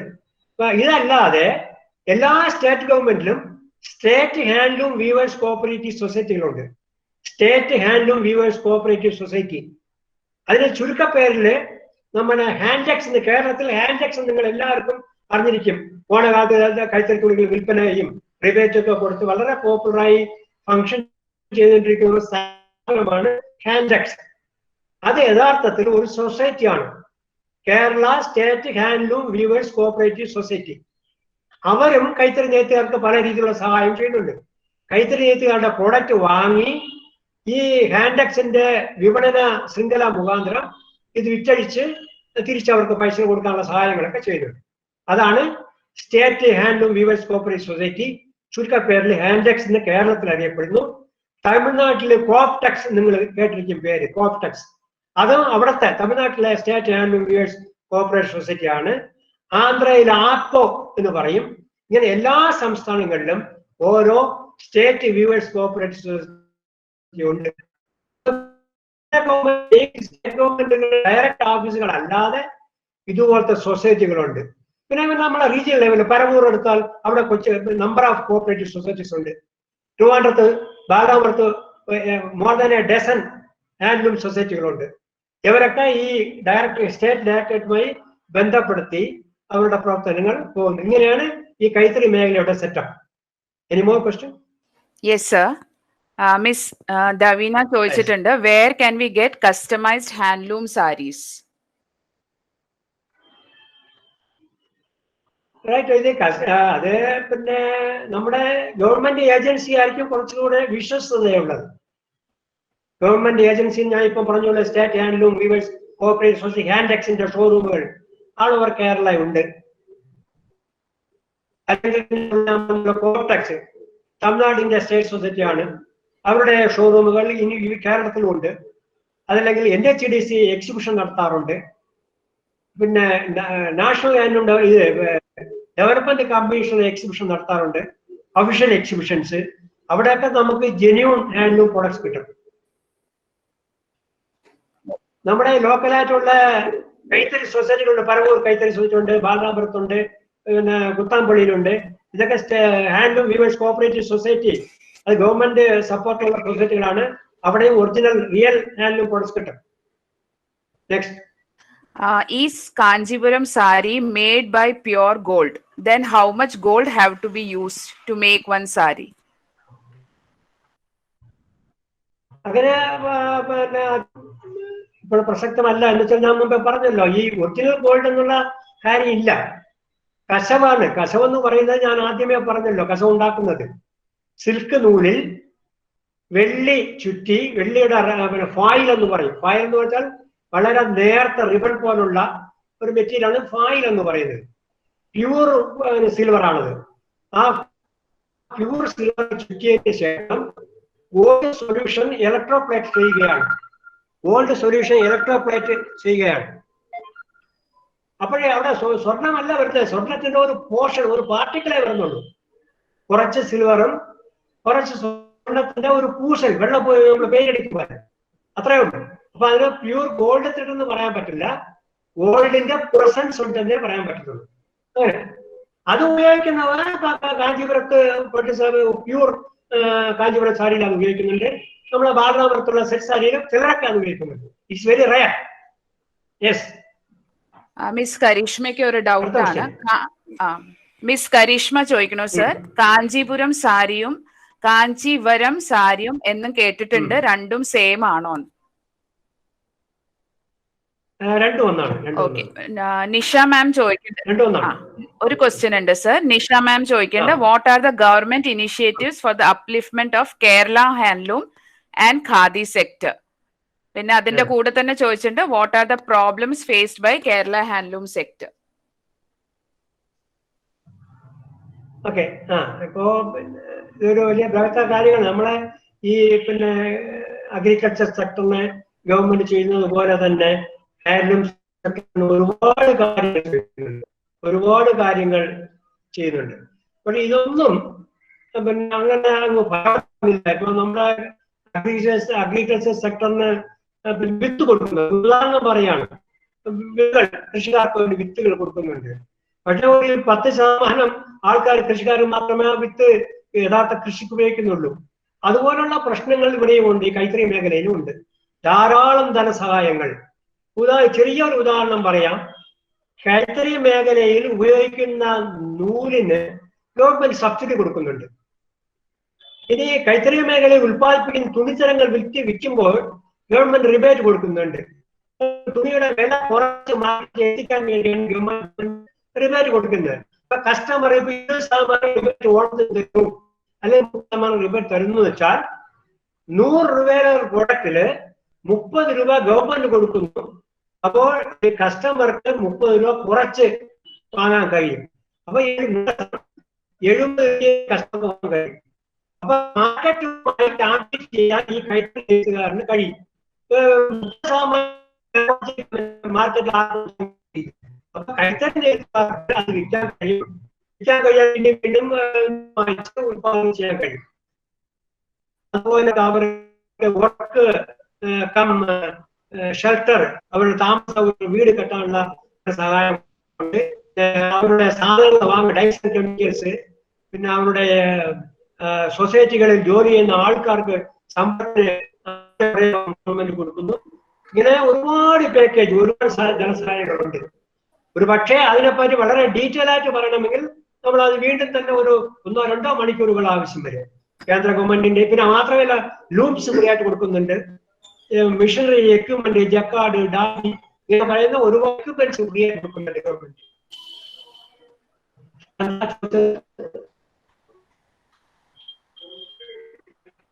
Hello sir.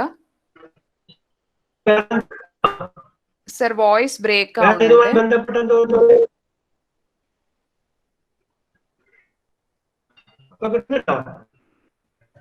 Hello hello sir. Sir നമുക്ക് ഒത്തിരി കേട്ടു സർ, കേട്ടു സർ. ഒത്തിരി ക്വസ്റ്റ്യൻസ് വന്നിട്ടുണ്ട് ചാറ്റ് ബോക്സിൽ. നമുക്കൊരു കാര്യം ചെയ്യാം സർ, സെഷൻ കഴിഞ്ഞിട്ട് നമുക്ക് കുറച്ച് ആൻസേഴ്സ് കൊടുക്കാം, അല്ലെങ്കിൽ നമുക്ക് സെഷൻ ലാഗ് ചെയ്ത് പോകും. പിന്നെ ഞാൻ സാറിന്റെ ഇമെയിൽ ഐ ഡി, സാറിന്റെ പെർമിഷൻ ഉണ്ടെങ്കിൽ ചാറ്റ് ബോക്സിൽ സാറിന്റെ ഇമെയിൽ ഐ ഡി കൊടുക്കാം. അവർക്ക് നേരിട്ട് സാറിന് മെയിൽ ചെയ്യാൻ എന്തെങ്കിലും ചെയ്യാം. ഒത്തിരി ജനറൽ ക്വസ്റ്റ്യൻസ് ഒത്തിരി വന്നിട്ടുണ്ട് സർ. അപ്പൊ സർ നമുക്ക് ഇത് കണ്ടിന്യൂ ചെയ്യാം, സാറിന്റെ PPT കണ്ടിന്യൂ ചെയ്യാം. അടുത്ത് നമ്മളെ സംസാരിക്കാൻ പോകുന്നത്, ഡിസ്കസ് ചെയ്യാൻ പോകുന്നത് ചന്ദേരി സാരിയെ പറ്റിയാണ്. ചന്ദേരി സാരി നിങ്ങളൊന്നും അധികമായി കേട്ടിരിക്കാൻ സാധ്യതയില്ല. ആ ചന്ദേരി സാരിക്ക് ഒരു സ്പെഷ്യാലിറ്റി ഉണ്ട്. അതുകൊണ്ട് ഈ ഇന്നത്തെ ചർച്ചയ്ക്ക് ഞാൻ ചന്ദേരി സെലക്ട് ചെയ്തത്. ചന്ദേരി എന്ന് പറയുന്നത് മധ്യപ്രദേശിലെ ഒരു ഗ്രാമമാണ്. നമ്മളെ പരവൂർ എന്ന് പറയുന്നത് പോലെ ഒരു നെയ്ത്തുകാരുടെ ഗ്രാമമാണ് ചന്ദേരി. ചന്ദേരിയിൽ ആദ്യ കാലഘട്ടത്തിൽ ഉപയോഗിച്ചിരുന്ന ഒരു തറിയുടെ പിക്ചറാണ് നിങ്ങൾ കാണുന്നത്. ഈ ചന്ദേരി സാരി ഒരു സ്പെഷ്യാലിറ്റി ഉണ്ട്. ഇത് ഇപ്പോഴും ഇന്നത്തെ ചന്ദേരി സാരി നെയ്യുന്ന തറിയുടെ പിക്ചറാണ്. അപ്പൊ ചന്ദേരി സാരി ഞാൻ ചർച്ചക്കെടുക്കാൻ കാര്യം അതിലൊരു സ്പെഷ്യാലിറ്റി ഉണ്ട്. അത് പാവ് പട്ട് നൂലാണ്. പാവ് പട്ട് നൂലാണ്. അപ്പൊ ഞാൻ ഈ ചർച്ചക്കിടയ്ക്ക് എനിക്ക് നിങ്ങളുടെ ചോദ്യത്തിൽ മനസ്സിലായത് ടെക്നിക്കലായിട്ട് അത്രത്തോളം താല്പര്യം കുറവാണെന്ന് തോന്നുന്നു. കാരണം നിങ്ങൾ ബേസിക്കലി ടെക്നീഷ്യൻ അല്ലാത്തതുകൊണ്ടാണ്. അപ്പൊ ടെക്നിക്കലായിട്ട് പറയുന്നതാണോ മാഡം, പൊതുവായി പറയുന്നതാണോ താല്പര്യം? സർ കുറച്ച് പൊതുവായി പറയുമായിരിക്കും നല്ല സർ. എനിക്ക് അങ്ങനെ തോന്നിയത്. എന്തായാലും ഡീപ്പായിട്ട് ഞാൻ ടെക്നിക്കലായിട്ട് ഡീപ്പായി പോകുന്നില്ല, പൊതുവായ കുറച്ച് കാര്യങ്ങൾ പറയാം. Okay sir. അപ്പൊ ചന്ദേരി സാരിയെ ചർച്ചയ്ക്ക് എടുക്കാൻ കാര്യം, ചന്തേരി സാരിയിൽ പാവ് പട്ടുനൂല്. പട്ടുനൂൽ എന്ന് വെച്ചാൽ നിങ്ങൾക്ക് അറിയാമല്ലോ, പട്ടുനൂൽ പുഴുവിൽ നിൽക്കുന്ന നൂലാണ്. അപ്പൊ പട്ടുനൂൽ പുഴുവിൽ നിൽക്കുന്ന നൂല് പട്ടുനൂല്, അതാണ് ഒറിജിനൽ പട്ടുനൂല്. ഒറിജിനൽ പട്ടുനൂൽ എന്ന വാക്ക് ഞാൻ ഉപയോഗിക്കാൻ കാര്യം, ഡ്യൂപ്ലിക്കേറ്റ് നൂലുകൾ ഒരുപാട് വിധത്തിലുള്ള നൂലുകൾ മാർക്കറ്റിൽ അവൈലബിൾ ആണ്. ആ നൂലിലൊക്കെ സാരികൾ ഉത്പാദിപ്പിച്ച് അൺഇമേജിനബിൾ പ്രൈസിൽ മാർക്കറ്റിൽ പട്ട് സാരി എന്ന് പറഞ്ഞു വരുന്നുണ്ട്. നിങ്ങൾ പലരും ആ സാരിയൊക്കെ വാങ്ങിച്ചിരിക്കാൻ സാധ്യതയുണ്ട്, എനിക്കറിയാം. പക്ഷെ അതൊന്നും പട്ടല്ല. ഈ പട്ടുനൂല് ആണ് ഈ ചന്തയിൽ വാർപ്പിൽ ഉപയോഗിക്കുന്നത്. ടെക്നിക്കൽ പാർട്ടിയുടെ ചർച്ച ചെയ്യേണ്ടിയിരിക്കുന്നു. ഈ പട്ടുനൂല് വാങ്ങുമ്പോൾ ആ പട്ടുനൂല്, ഞാൻ നിങ്ങൾ പറഞ്ഞില്ലേ, പട്ടുനൂൽ പുഴുവാണ് ഈ പട്ടുനൂൽ കൂടുണ്ടാക്കുന്നത്. അപ്പൊ പട്ടുനൂൽ പുഴുവിന്റെ വായിൽ നിന്ന് വരുന്ന നൂലാണിത്. അതിന്റെ കൂടെ ഒരു പശ വരും, സെറിസിൻ എന്നാണ് അതിന് ടേം, ടെക്നിക്കൽ ടേം. ഈ പശ ഉപയോഗിച്ചാണ് ഈ കൂടുണ്ടാക്കുന്നത്, പട്ടുനൂൽ പുഴു കൂടുണ്ടാക്കുന്നത്. ആ ഒട്ടിക്കാൻ വേണ്ടിയാണ് ഈ പശ ഉപയോഗിക്കുന്നത്. അത് നമ്മൾ വേസ്റ്റ് നോക്കിയാൽ ഒരു 20-25% പശയും 70-75% നൂലും കാണും അതില്. സാധാരണ നമ്മൾ പട്ടുനൂലിലുള്ള സാരിയോ മറ്റുള്ള സാധനങ്ങൾ ഉത്പാദിപ്പിക്കുമ്പോൾ ഈ പശ നമ്മൾ ഡീഗമിങ് പ്രോസസ്, ഗമ്മാണല്ലോ, ഡീഗമിങ് പ്രോസസ് ചെയ്ത് അതിനെ കളയും, അലിയിച്ച് കളയും. അപ്പൊ 1 കിലോ പട്ടുനൂലെടുത്ത് ഡീഗമിങ് ചെയ്താൽ, പശ പോക്കിയാൽ 750 ഗ്രാമേ നൂല് കിട്ടത്തുള്ളൂ. 250 ഗ്രാം വേസ്റ്റ് ആണ്, പശയാണ്, അത് പോവും. അപ്പൊ നമ്മളെ ഇന്ത്യയിൽ ഉത്പാദിപ്പിക്കുന്ന ഈ കാഞ്ചീപുരം പോലുള്ള എല്ലാ സാരികളും, എല്ലാ പട്ടുനൂലിലും പശ പോക്കിയതിന് ശേഷം യഥാർത്ഥ പട്ടിനെ എടുത്തിട്ട് അതിൽ ചായം മുക്കിയാണ് നമ്മൾ ഈ സാരിയും മറ്റുള്ള കാര്യങ്ങളൊക്കെ ഉത്പാദിപ്പിക്കുന്നത്. ചന്തേരി സാരിയിൽ ഈ പശ പോക്കത്തില്ല. പശയോടുകൂടി ആ പട്ടുനൂലിനെ ചായം മുക്കി കാട്ടൻ നൂലിട്ട് നെയ്യും. കൂടെ നൂല് കാട്ടൻ അടിക്കും. ഇനി എന്താണ് ഇതിന്റെ സവിശേഷത? ഞാൻ പറഞ്ഞു വരുന്നത് ഈ ചന്തേരി സാരിയിൽ സ്പെഷ്യാലിറ്റി ഉള്ളതുകൊണ്ടാണ്. എന്താണ് ഇതിന്റെ സവിശേഷത? വാഷ് ആഫ്റ്റർ വാഷ്, ഓരോ പ്രാവശ്യം നമ്മൾ കഴുകുമ്പോഴും ഈ തുണിയിലുള്ള 25% പശ, പട്ടുനൂലിന്റെ പശ, അതിലൊരംശം കഴിവുമ്പോൾ വെക്കൊണ്ടിരിക്കും, വെള്ളത്തിൽ കൂടെ പോകും. അങ്ങനെ പോകുമ്പോൾ ആ തുണിയുടെ പുറത്തുള്ള അഴുക്കും ആ മറ്റുള്ള ബാഡ് എലിമെന്റ്സ് ഒക്കെ അങ്ങനെ വാഷ് ചെയ്ത് പോകും. അങ്ങനെ ആ ചന്തേരി സാരിക്ക് എപ്പോഴും ഓരോ പ്രാവശ്യം കഴിയുമ്പോഴും പുതുമ കിട്ടുന്നു എന്നുള്ളതാണ്. അതാണ് ഈ ചന്തേരി സാരിയുടെ ഏറ്റവും വലിയ സ്പെഷ്യാലിറ്റി. ഓരോ പ്രാവശ്യം സാധാരണ നമ്മള് മറ്റുള്ള തുണിത്തരങ്ങളൊക്കെ, നിങ്ങളിപ്പോ കാട്ടൻ തുണിത്തരങ്ങൾ വാങ്ങുന്നു, അത് വാഷ് ചെയ്യുന്നു, ഒരു 4-5 വാഷ് ആകുമ്പോൾ അത് ഡള്ളാവും.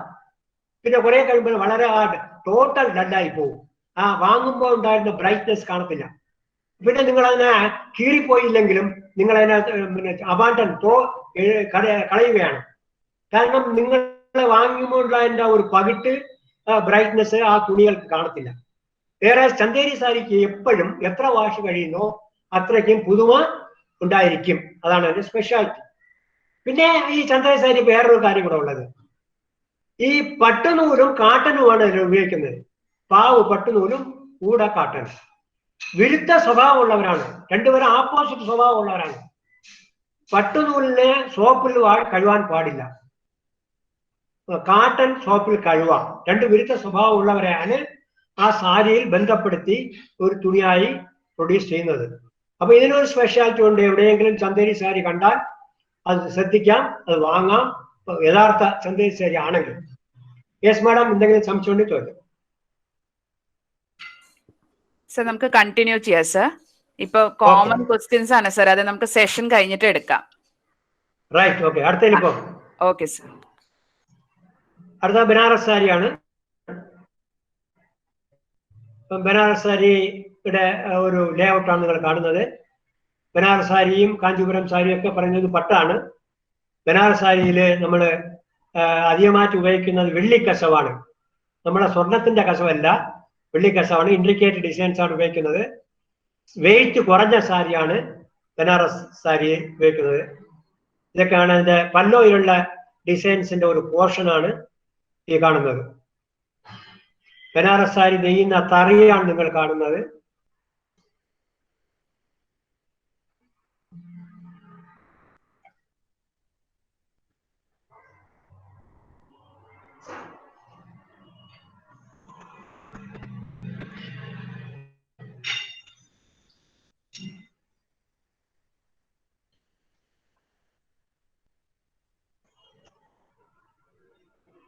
ആ പുള്ളിക്കാരൻ എടുത്ത് വെക്കുന്ന സാധനമാണ് ആ ഞാൻ കൈത്തറി തുണികളെ മാർക്ക് എന്ന് പറഞ്ഞല്ലോ. ഈ സാധനമാണ് ഇപ്പൊ ആ പുള്ളിക്കാരൻ വെക്കുന്നില്ലേ, അതാണ് ടെമ്പിൾ എന്ന് പറയുന്നത്. അതാണ് സാരിയുടെ സൈഡിലെ മാർക്ക്. ആണി പോലുള്ള ആണി കുത്തുന്ന പോലത്തെ മാർക്കുണ്ടെന്ന് പറഞ്ഞു. അപ്പൊ ഇതാണ് കൈത്തറി തുണിക്കുള്ള ഒരു മാർക്ക്.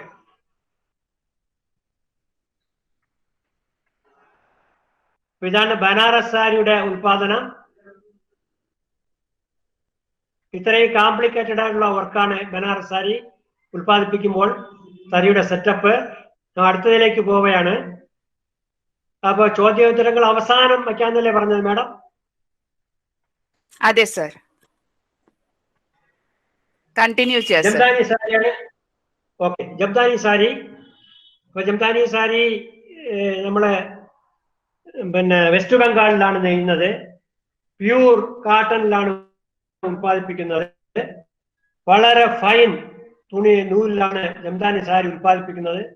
നിങ്ങൾ പലരും കണ്ടിരിക്കും, ഇതുപോലുള്ള ഡിസൈൻസ് ഒക്കെ കാണും. വളരെ കോംപ്ലിക്കേറ്റഡ് ആണ്. ഒരു ചെറിയ വീഡിയോ ക്ലിപ്പ് കാണാം.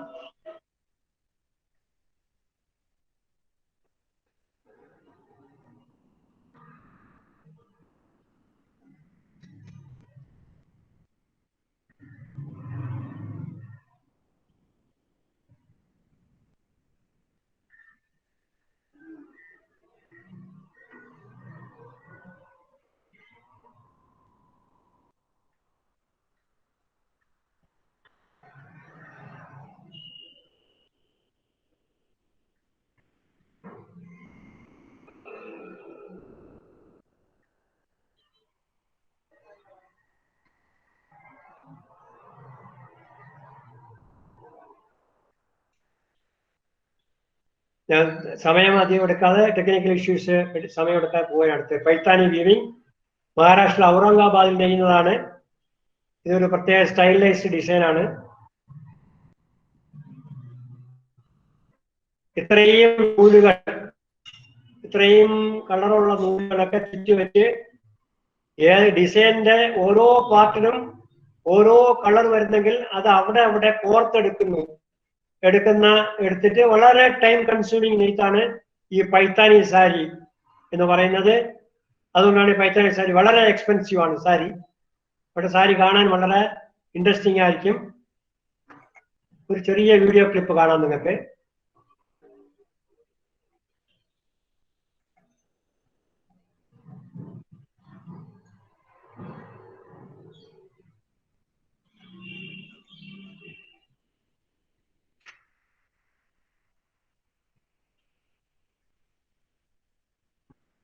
അവിടെ കോർത്ത്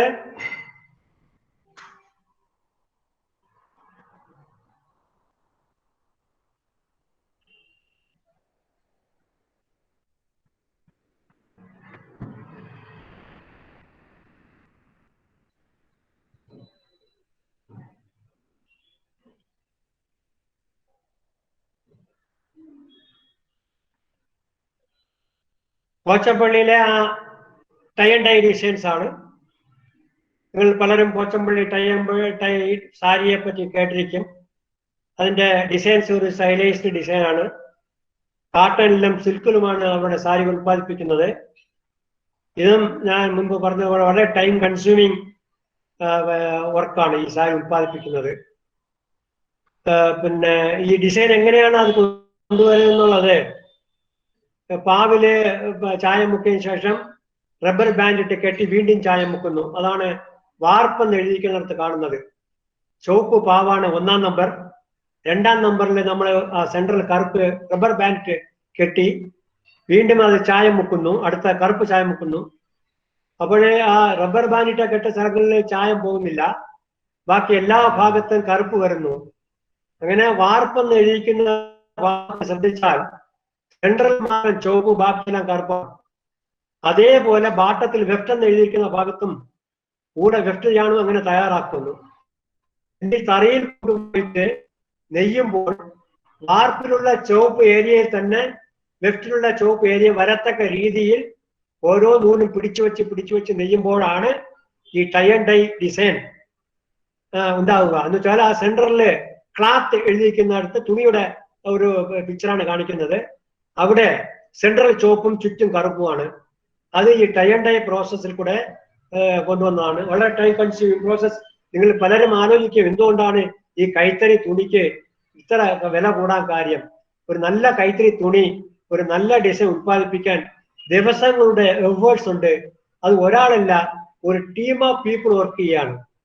അതുകൊണ്ടാണ് അത് അദ്ദേഹം മുമ്പ് പറഞ്ഞതുപോലെ ഒരു പോച്ചമ്പള്ളി സാരി നിങ്ങൾ വാങ്ങുമ്പോൾ നിങ്ങൾ കൊടുക്കുന്ന പൈസയുടെ ഒരു ഷെയർ അവിടെ 5-6 ആളുകൾക്ക് എത്തുകയാണ്.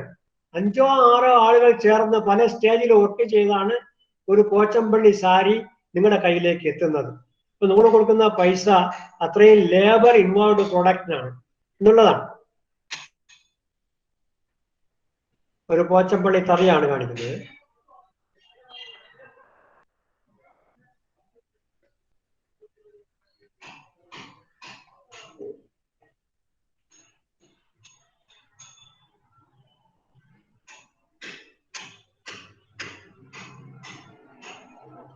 ഗദ്വാൾ സാരി ഓഫ് ആന്ധ്രാപ്രദേശിന് അടുത്ത സാരി ഗദ്വാൾ സാരി. ഒരു പക്ഷേ ഇതൊക്കെ നിങ്ങൾ ആദ്യമായി കേൾക്കുകയായിരിക്കണം, ഗദ്വാൾ സാരി എന്നൊക്കെ. സാധാരണ കുട്ടികൾക്ക് ഇതുമായി ബന്ധപ്പെടാത്ത, ടെക്നിക്കൽ ഇഷ്യൂമായി ബന്ധമില്ലാത്ത കുട്ടികൾക്ക് ബോറടിക്കാൻ സാധ്യതയുണ്ട്. ഇപ്പൊ നേരിട്ട് ഞാൻ ക്ലാസ് എടുക്കുന്നത് സാറേ മതിയാക്കി പോവില്ലേ എന്ന ചോദ്യം. എന്തായാലും ഇപ്പം അതിനുള്ള സൗകര്യമില്ല നിങ്ങൾക്ക്. നിങ്ങൾക്ക് മതിയാക്കി പോകാൻ പറ്റുമെന്ന് തോന്നുന്നു അല്ലേ, ഇഷ്ടമില്ലാത്തവർക്ക്. എനിവേ, ഗദ്വാൾ സാരി വളരെ ഇൻട്രസ്റ്റിംഗ് സാരിയാണ്, കണ്ടോ. അപ്പൊ ഈ സാരി കാണുമ്പോൾ വളരെ താല്പര്യം തോന്നും, ഒന്ന് കിട്ടിയെങ്കിൽ കൊള്ളാമെന്ന് നിങ്ങൾ പലർക്കും തോന്നുന്നുണ്ടാവണം. പക്ഷേ ഇതെങ്ങനെയാണ് ഉണ്ടാക്കുന്നത്, ഫാഷൻ ഡിസൈനേഴ്സ് ഇത് എങ്ങനെയാണ് ഉണ്ടാക്കണമെന്ന് അറിഞ്ഞിരിക്കുന്നത് വളരെ നല്ല കാര്യമായിരിക്കും. അപ്പൊ എന്റെ അറിവിൽ ഫാഷൻ ഡിസൈനിൽ ടെക്സ്റ്റൈൽ മാനുഫാക്ചറിങ്ങിന്റെ ഒരു സബ്ജക്റ്റ് ഉണ്ട്. കാരണം അടിസ്ഥാനപരമായി തുണി എങ്ങനെ ഉത്പാദിപ്പിക്കുന്നു എന്നൊരു വ്യക്തിക്ക് അറിഞ്ഞാൽ അതിനെ ഡിസൈൻ ചെയ്യുമ്പോൾ ഇത് ഈ കൂടെ മനസ്സിലാക്കും. ഞാൻ ഈ 40-45 വർഷക്കാലം ഈ ഫീൽഡിൽ ജോലി ചെയ്യുന്ന വ്യക്തിയാണ്. അപ്പൊ എപ്പോഴും ഞങ്ങളുടെ ആർട്ടിസ്റ്റ് ഡിസൈൻ കഴിയില്ല. കാരണം ആർട്ടിസ്റ്റിന് തുണി ഉത്പാദനവുമായിട്ട് ഒരു ബന്ധമില്ല. എങ്ങനെയാ ഈ ഞാൻ വരയ്ക്കുന്ന പേപ്പറിൽ വരയ്ക്കുന്ന ഡിസൈൻ ഇതെങ്ങനെയാ ഈ ടെക്നീഷ്യൻസ് ഉത്പാദിപ്പിക്കാൻ പോകുന്നു, ഈസ് ഇറ്റ് പോസിബിൾ എന്ന് അവർക്കറിയില്ല. അപ്പൊ അവരുടെ ഇമേജിനേഷൻ ഡിസൈൻ ഉണ്ടാക്കും. ഞങ്ങൾ അതിന് പ്രൊഡക്ഷൻ കൊണ്ടുപോകുമ്പോൾ അതിന് ഒരുപാട് പ്രോബ്ലംസ് ഫേസ് ചെയ്യേണ്ടി വരും. അപ്പൊ ഞങ്ങളുടെ നെയ്ത്തിന്റെ ടെക്നിക്ക് അവർ അറിഞ്ഞിട്ടുണ്ടെങ്കിൽ അവരുടെ ഡ്രായിങ്ങിന്റെ കാര്യങ്ങൾ നമുക്കറിയാം, ഞങ്ങൾക്കറിയാമെങ്കിൽ കുറേക്കൂടെ ഈസിയാണ്. അതുപോലെ തന്നെയാണ് ഫാഷൻ ഡിസൈനേഴ്സ്. ഞാൻ ഈ സബ്ജക്ട് ഓപ്പൺ എന്നൂടെ പറഞ്ഞ് ഞാനിത് പ്രിപ്പയർ ചെയ്യുമ്പോൾ എനിക്ക് പൂർണ്ണമായ ധാരണയുണ്ട്. ഇതിനുള്ള കാര്യങ്ങൾ വ്യക്തമായി ഇവിടെ കുട്ടികൾ പ്രത്യേകിച്ച് ഇത് മനസ്സിലാവും എന്ന് ഒരു സംശയം ഉണ്ടായിരുന്നു. പക്ഷേ ഇത് മനസ്സിലാക്കിയാൽ ഇത് നിങ്ങൾ ഫ്യൂച്ചറിൽ ഈ ഫീൽഡിലേക്ക് എത്തുമ്പോൾ വളരെ പ്രയോജനം ചെയ്യും. എന്താണ് പോച്ചമ്പള്ളി സാരി എന്ന് നിങ്ങൾ എന്തെങ്കിലുമൊക്കെ പറഞ്ഞ് ഫാഷൻ ഡിസൈൻ ഇതുപോലെ വേണം എന്ന് പറഞ്ഞാൽ പക്ഷെ ആ പോച്ചമ്പള്ളിയുള്ള ഒരു വ്യക്തിക്ക് അത് ഉണ്ടാക്കി തരാൻ കഴിയില്ല. പക്ഷെ അതിനെപ്പറ്റി ഒരു ഫണ്ടമെന്റൽ നോളജ് ഉണ്ടെങ്കിൽ നിങ്ങൾ പറയുമ്പോൾ തന്നെ അതിൽ ലിമിറ്റേഷൻ ഉണ്ടെങ്കിൽ നിങ്ങൾ അത് പറയില്ല, പറ്റാത്ത കാര്യം പറയത്തില്ല. അപ്പോൾ ഈ നോളജ് ഈസ് ഒരു വെരി വാസ്റ്റ് ഇതാണ്. ആ നോളജ് എപ്പോഴും ഒരു നോളജും നമുക്ക് മോശമല്ല, അത് എന്നും ഉപയോഗം വരുന്ന കാര്യങ്ങളാണ്. അതുകൊണ്ടാണ് ധൈര്യമായി ഞാൻ ഈ സബ്ജക്ട് എടുക്കാനും നിങ്ങളോട് ചർച്ച ചെയ്യാനും തീരുമാനിക്കാൻ കാര്യം. Coming back to Gadwal sari. Gadwal sari നിങ്ങൾ കാണുന്നത് വളരെ ബ്യൂട്ടിഫുൾ സാരിയാണ്. ഇതിന്റെ സ്പെഷ്യാലിറ്റി ഞാൻ മുമ്പ് കാഞ്ചീപുരം സാരിയെ പറ്റി പറഞ്ഞതുപോലെയാണ്. ഇതിന് സാളിഡ് ബാർഡർ, സാളിഡ് ബോഡി, സാളിഡ് പല്ലോ ഉണ്ട്. അപ്പൊ 3 ഷട്ടിൽ ഉപയോഗിച്ചാണ് ഈ തുണി നെയ്യേണ്ടത്. അത് ഞാൻ കാണിച്ചു തരാം അടുത്ത വീഡിയോയിൽ കൂടെ. ഇതിന്റെ വേറൊരു സ്പെഷ്യാലിറ്റി, ഈ ബാഡി ഈ കാണുന്ന സിൽക്ക് സാരിയാണ്. ഇവിടെ ഒറിജിനൽ ഗദ്വാൾ സാരിയില് ബാർഡറും പല്ലോയും സിൽക്ക് ഉള്ളിൽ മാനുഫാക്ചർ. ബാഡോയും പല്ലോയും സിൽക്ക് തുണി, സിൽക്ക് നൂല്. ബാഡി കാട്ടൺ ആയിരിക്കും. ബാഡിയിൽ കാട്ടൺ. അത് രണ്ട് വിരുദ്ധമായ മെറ്റീരിയലാണ്. സിൽക്കും കാട്ടണും വിരുദ്ധമായ മെറ്റീരിയലാണ്. രണ്ടും ചേരുന്നവരല്ല. ചേരാത്ത രണ്ടുപേർ കല്യാണം കഴിക്കും പോലെയാണ്.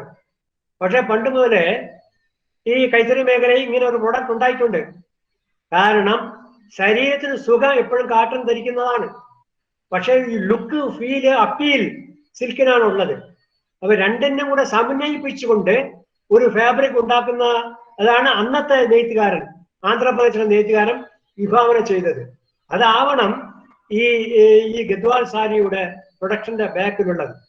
നിങ്ങളിപ്പോ റീസെന്റ് നമ്മൾ ഈ റീസെന്റ് ആയിട്ട് എന്നും കേൾക്കുന്ന ഒരു വാക്കാണ് പോളി കാട്ടൺ, പോളിയസ്റ്റർ കാട്ടൺ എന്ന് പറയുന്ന വാക്ക്. നമ്മളെ പാന്റും ഷർട്ടും, സാധാരണ പാന്റും ഷർട്ടും തുണിയൊക്കെ മിക്കവാറും ഒക്കെ പോളിയസ്റ്റർ കാട്ടൺ ആണ്. അതിൽ പെർസെന്റേജ് ആണ്. പോളിയസ്റ്റർ ഇത്ര പെർസെന്റേജ്, കാട്ടൺ ഇത്ര പെർസെന്റേജ്. 67 polyester, 33% cotton. അപ്പൊ ഇത് ഒരു വിരുദ്ധമായ സ്വഭാവമുള്ളവരാണ്. പോളിയസ്റ്ററിനും കാട്ടണും രണ്ടും സ്വഭാവത്തിൽ വിരുദ്ധമാണ്, രണ്ടും ഓപ്പോസിറ്റ് ആണ്. പിന്നെ എന്തിനാണ് രണ്ടുപേരെയും ചേർത്തത്?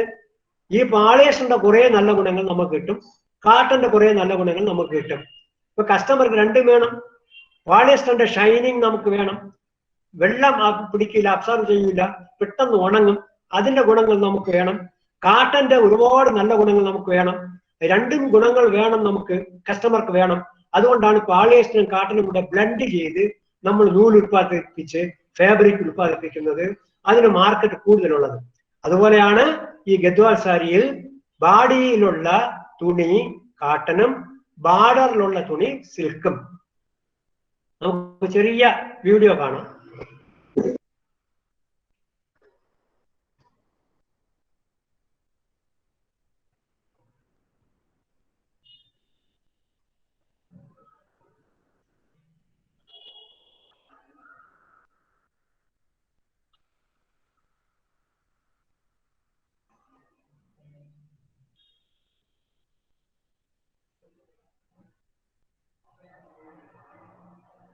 അടുത്ത നമ്മൾ ഇൽക്കൽ സാരി, കർണാടകയുടെ ഒരു സാരിയെ പറ്റി ഡിസ്കസ് ചെയ്യാൻ പോകണം. അതിന്റെ ഒരു സ്പെഷ്യാലിറ്റി കാണും.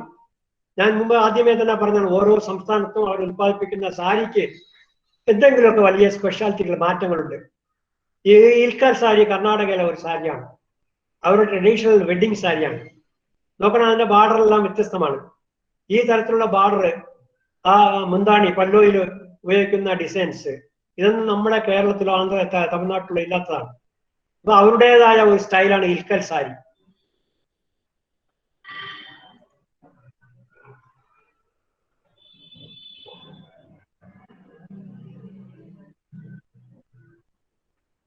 ഇൽക്കൽ സാരി കാട്ടണിലും സിൽക്കിലും ഉത്പാദിപ്പിക്കുന്നുണ്ട്. ആ സൈഡിൽ കാണുന്ന ബാർഡറാണ് അതിന്റെ ഒരു തനിമയുള്ള, ട്രഡീഷണൽ ആണ്. ഈ സ്റ്റൈലിലുള്ള ഡിസൈൻ കാണുമ്പോൾ തന്നെ ഒരു വ്യക്തിക്ക് മനസ്സിലാവുന്നത് കർണാടകയിലെ ഇൽക്കൽ സാരിയാണെന്ന് മനസ്സിലാവും. എല്ലാ സാരിയും ചുവപ്പും പച്ചയും ഒക്കെ ഉള്ള ബ്രൈറ്റ് കളേഴ്സ് ഉപയോഗിക്കുന്ന തരത്തിലുള്ള സാരികളാണ്.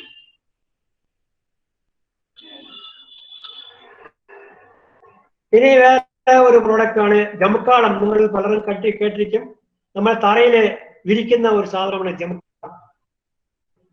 ഈ ജമുക്കാളം പിന്നെ കല്യാണത്തിനൊക്കെ നമ്മൾ തറയിലിരുന്ന് പുടവ ഒക്കെ മാറ്റുമ്പോഴും പിന്നെ അവിടെ മുതിർന്നവരൊക്കെ ഇരുന്ന് അങ്ങോട്ടും ഇങ്ങോട്ടും പിന്നെ ആഭരണങ്ങളൊക്കെ കൈമാറുന്ന ആ ഒരു സെറ്റപ്പ് നിങ്ങൾ കണ്ടിരിക്കും. അപ്പോഴൊക്കെ തറയിൽ വിരിക്കുന്ന ഒരു പ്രത്യേകതരം കട്ടിയുള്ള ജമുക്കാളമാണ്. ഈ ജമുക്കാളവും ഇന്ത്യയിൽ രണ്ട് സ്ഥലത്താണ് ഉത്പാദിപ്പിക്കുന്നത്. തമിഴ്നാട്ടിലും ആന്ധ്രയിലും. തമിഴ്നാട് ഭവാനിയിലും ആന്ധ്ര വാരങ്കലിലുമാണ് ഈ തരത്തിലുള്ള ജമുക്കാളം, അല്ലെങ്കിൽ ഇംഗ്ലീഷില് ടെക്നിക്കലായിട്ട് അതിന് ഡറി എന്നാണ് പറയുന്നത്, ഇത് ഉത്പാദിപ്പിക്കുന്നത്.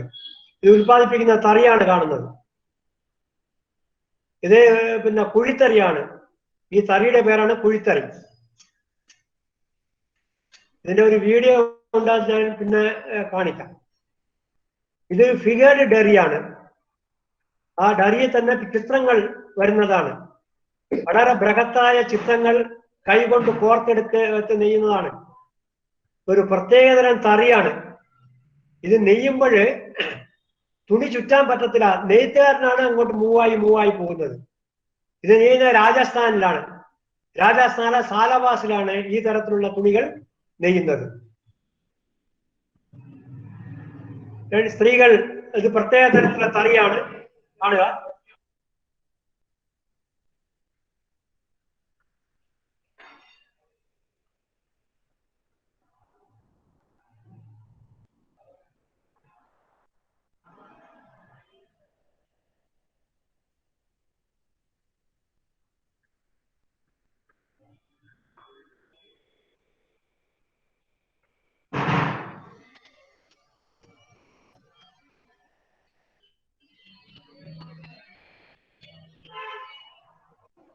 അടുത്തത് കാർപ്പറ്റ് വീവിംഗ് ആണ്.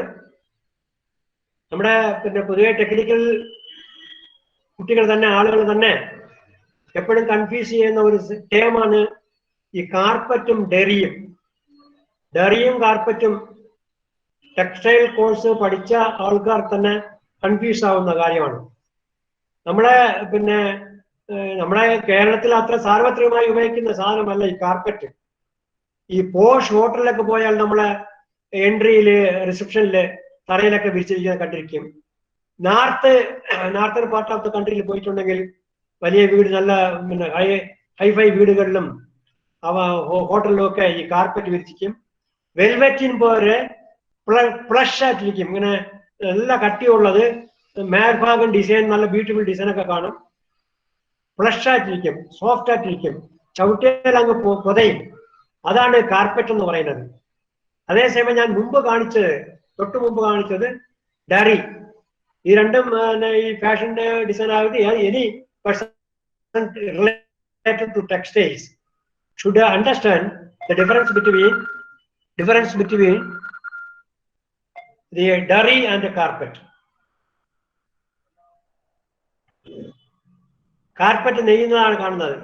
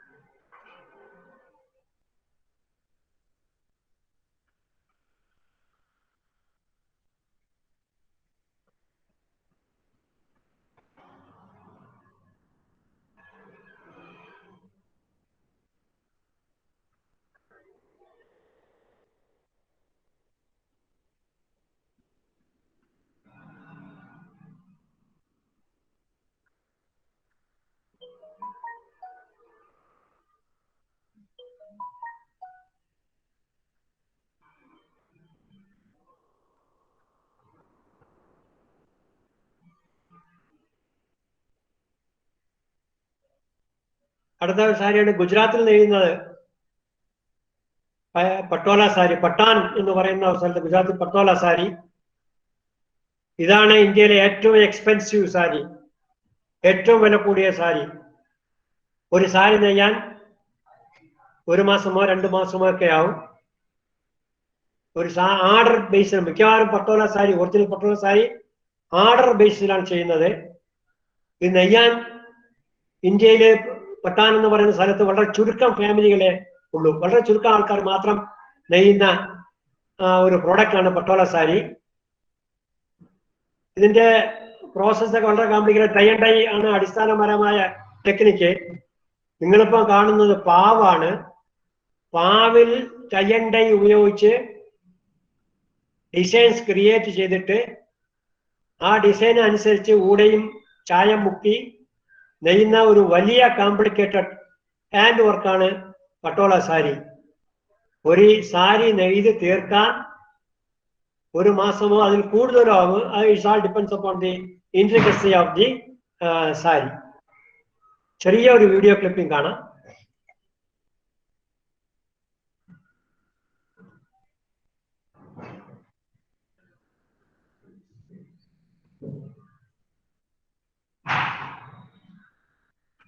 ഇതിന്റെ പ്രത്യേകത നിങ്ങൾ ശ്രദ്ധിച്ചിരിക്കും.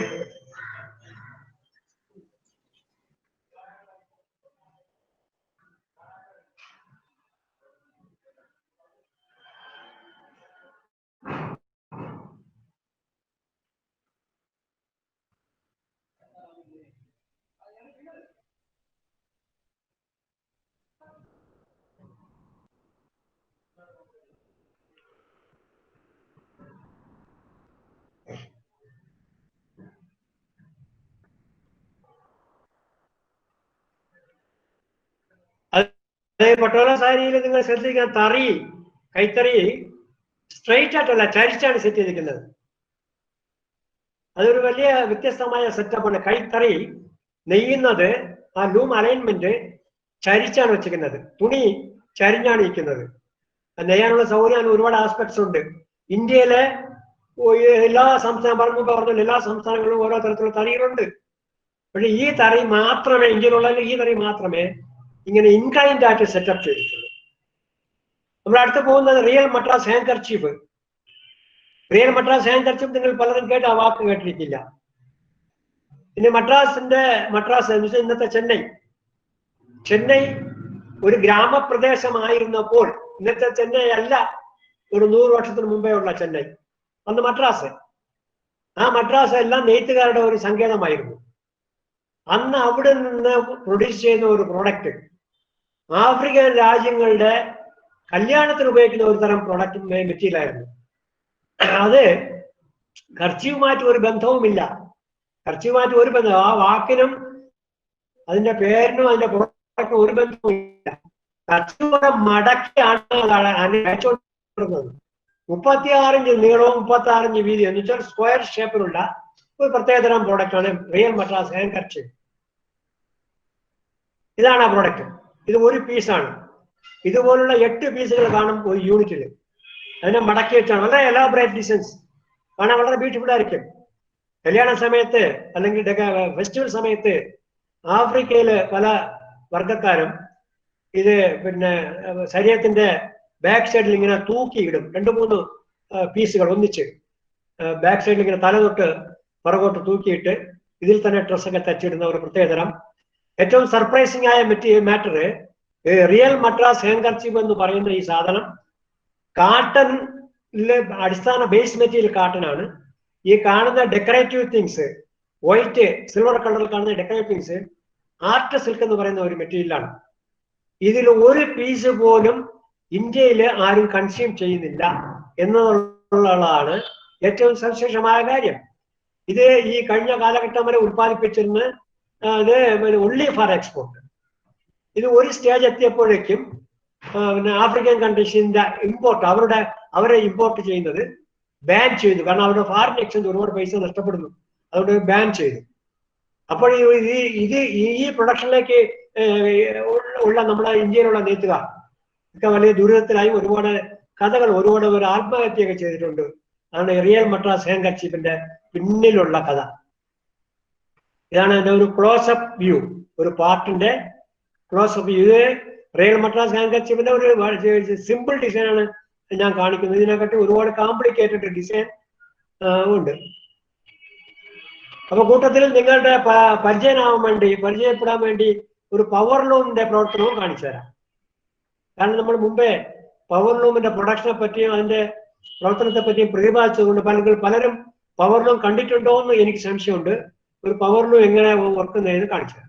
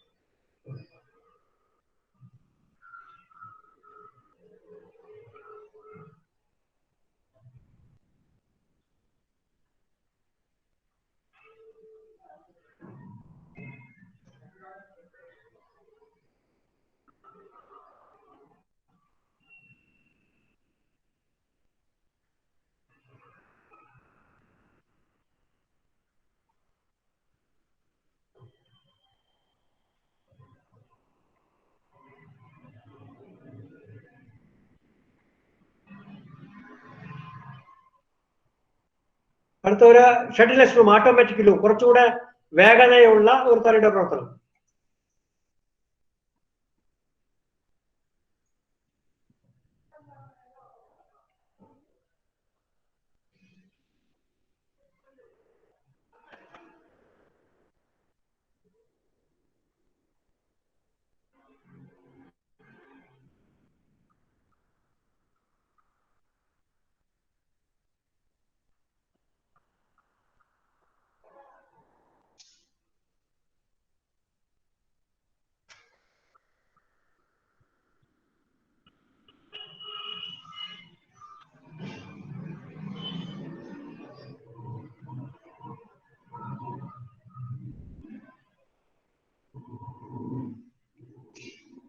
അപ്പൊ നിങ്ങൾ ഓരോ പ്രാവശ്യവും കൈത്തറി തുണികൾ വാങ്ങുമ്പോൾ നിങ്ങളെ മനസ്സിൽ കാണേണ്ടത് ഈ പ്രസന്റേഷനും ഇതിലുള്ള നമ്മുടെ ചർച്ചയുമാണ്. ഈ കഴിഞ്ഞ ഏതാണ്ട് ഒരു മണിക്കൂർ കൊണ്ട് നമ്മൾ ചർച്ച ചെയ്യുന്നത് നിങ്ങൾ ഈ പ്രൊഡക്ഷൻ പല തരത്തിലുള്ള തറിയുടെ പ്രൊഡക്ഷനും അതിൽ ഇൻവോൾവ് ആയ വർക്കേഴ്സിനെ കണ്ടു. അപ്പൊ നിങ്ങൾ കൊടുക്കുന്ന പൈസയുടെ മൂല്യം എത്രയെങ്കിലും കരങ്ങൾ എത്തിച്ചേരുന്നു, അവർ എത്രയെങ്കിലും സമയം ചെലവാക്കി ആ നൂതനമായ പ്രൊഡക്റ്റ് ഉണ്ടാക്കുന്നു. അവർക്കെല്ലാം പിന്നെ ആ കൈത്തറി മേഖലയുള്ളവരുടെ ഏറ്റവും വലിയ പ്രശ്നം എന്ന് വെച്ചാൽ ഈ ഇപ്പൊ ഞാൻ കാണിച്ച പവർ ലൂമും അതിന്റെ അടുത്തുള്ള ഷെഡിലെസ് ലൂംസും ഒക്കെയാണ്. എന്നുവെച്ചാൽ ഒരു മണിക്കൂറിൽ പിന്നെ 50 or 60 മീറ്റർ ഉത്പാദിപ്പിക്കാൻ കഴിയും ഈ അവസാനം കാണിച്ച തറിക്ക്. അതേസമയം ഒരു ദിവസത്തിൽ ചിലപ്പോൾ ഒരു കാൽ സാരി അല്ലെങ്കിൽ അര സാരിയൊക്കെ ആവും ഒരു കൈത്തറി നെയ്ത്തുകാരൻ. അവന്റെ എൻ്റയർ ഫാമിലി, കൃഷിക്കാരൻ എൻ്റയർ ഫാമിലി കൃഷി ഇൻവോൾവ് ചെയ്തിരിക്കുന്ന പോലെയാണ് കൈത്തറി നെയ്ത്തുകാരന്റെ എൻ്റയർ ഫാമിലി. ഭർത്താവ് നെയ്യുമ്പോൾ ഭാര്യ കൂടെ സഹായിക്കുന്നു, സ്കൂളിൽ പഠിക്കുന്ന കുട്ടി നൂല് ചുറ്റി കൊടുക്കുന്നു. ഇങ്ങനെ ഒരു എൻവയറമെന്റ് ആണ്. കൈത്തറി മേഖലയുടെ ഏറ്റവും വലിയ ഒരു കാര്യം അതാണ്, ഇന്റർ ഡിപ്പെൻഡൻസി അവിടെ ഉണ്ട്. സമൂഹവുമായി അവരെ കൂടുതൽ ഇടപഴകി ചേർന്നിരിക്കുന്നു. കാരണം കൈത്തറി മേഖലയിൽ ഒറ്റയ്ക്ക് ഒന്നും ചെയ്യാൻ പറ്റത്തില്ല, അയൽവക്കക്കാരുടെ സഹായം കൂടെ വേണം. അപ്പൊ ഞാൻ എന്റെ പാവൊക്കെ ശരിയാക്കുമ്പോൾ എന്റെ അയൽക്കാരൻ കൂടെ വന്ന് എന്നെ സഹായിക്കും. ആ വ്യക്തി ശരിയാക്കുമ്പോൾ ഞാൻ അങ്ങോട്ട് പോയി സഹായിക്കും. ഇതിനെയാണ് ഇന്റർ ഡിപ്പെൻഡൻസി എന്ന് പറയുന്നത്. ഒരു സമൂഹത്തിന്റെ വളർച്ചയ്ക്ക് ഇന്റർ ഡിപ്പെൻഡൻസി ആവശ്യമാണ്. പരസ്പരം സ്നേഹവും സാഹോദര്യവും ആവശ്യമാണ്. അത് ഇന്നത്തെ സാഹചര്യത്തിൽ നമുക്ക് നഷ്ടപ്പെട്ടുകൊണ്ടിരിക്കുകയാണ്. അപ്പോൾ ഈ ചെറുകിട വ്യവസായം പോലെ ഈ കൈത്തറി മേഖലയ്ക്കാണ് അതിനെയൊക്കെ വളർത്തിക്കൊണ്ടുവരാൻ കഴിയുന്നത്. അപ്പൊ നമ്മൾ കൊടുക്കുന്ന പൈസ വെറുതെ ആ തുണിയുടെ മൂല്യം മാത്രമല്ല, അതിന് ബാക്കിൽ പ്രവർത്തിക്കുന്ന എത്രയോ ആളുകളുടെ സഹായവും നമ്മുടെ ഗ്രാമങ്ങൾ വളർന്നു വരാനും നമ്മുടെ സമൂഹം വളർന്നു വരാനും കൂടെ നമ്മൾ ചെലവാക്കുന്ന പൈസയാണെന്ന് കണ്ടുകൊണ്ട് വേണം ഒരു കൈത്തറി പ്രോഡക്റ്റ് നമ്മൾ വാങ്ങാൻ. So buy, use and enjoy handloom products എന്നുള്ള ആപ്തവാക്യമാണ് ഞാൻ ഇന്ന് നിങ്ങളുടെ മുന്നിൽ അവതരിപ്പിക്കുന്നത്. ഞാൻ മുമ്പ് നിങ്ങളുടെ ഹാൻഡ്ലൂം മാർക്കിനെ പറ്റി സംസാരിച്ചു. ഇതാണ് ഹാൻഡ്ലൂം മാർക്ക്. ഈ ലേബൽ ഉണ്ടെങ്കിൽ, വരസയിൽ കാണുന്ന ഈ ലേബൽ ഉണ്ടെങ്കിൽ നിങ്ങൾക്ക് ഉറപ്പാക്കാം ഇത് ഒരു ട്രൂ ഹാൻഡ്ലൂം പ്രൊഡക്റ്റ് ആണ്. ഒരു കൈത്തറി നെയ്ത്തുകാരൻ ഉത്പാദിപ്പിച്ച പ്രോഡക്റ്റ് ആണെന്ന് നിങ്ങൾക്ക് വിശ്വസിക്കാം. ഇതുപോലെ തന്നെ government of India silk mark എന്ന് പറഞ്ഞൊരു മാർക്ക് കൊടുക്കുന്നു. അതിന്റെ സ്ലൈഡ് എന്റെ കയ്യിൽ ഇപ്പൊ ഇല്ല. സിൽക്ക് മാർക്ക്, ആ സിൽക്ക് മാർക്ക് കാണുമ്പോൾ നിങ്ങൾക്ക് ഉറപ്പിക്കാം ഇത് പ്യൂർ സിൽക്ക് തന്നെയാണ് എന്ന്. കാരണം ഞാൻ മുമ്പ് പറഞ്ഞതുപോലെ കാട്ടൺ എന്ന് പറഞ്ഞ് വിൽക്കുന്ന പ്രോഡക്റ്റ് എല്ലാം കാട്ടൺ അല്ല, സിൽക്ക് എന്ന് പറഞ്ഞു വിൽക്കുന്നതെല്ലാം സിൽക്കല്ല, കൈത്തറി എന്ന് പറഞ്ഞു വിൽക്കുന്നതെല്ലാം കൈത്തറി അല്ല. അപ്പൊ ഈ പ്രശ്നങ്ങളൊക്കെ ഉള്ളത് കൊണ്ടാണ് ഗവൺമെന്റ് ഇതിലൊക്കെ ഇൻവോൾവ് ആവുകയും wherever it is possible they are putting, the government is putting some restrictions and regulations. അതിന്റെ ഭാഗമായാണ് ഈ ഹാൻഡ്ലൂം മാർക്ക് കൈത്തറി മേഖലയ്ക്ക് കൊടുത്തിട്ടുള്ളത്.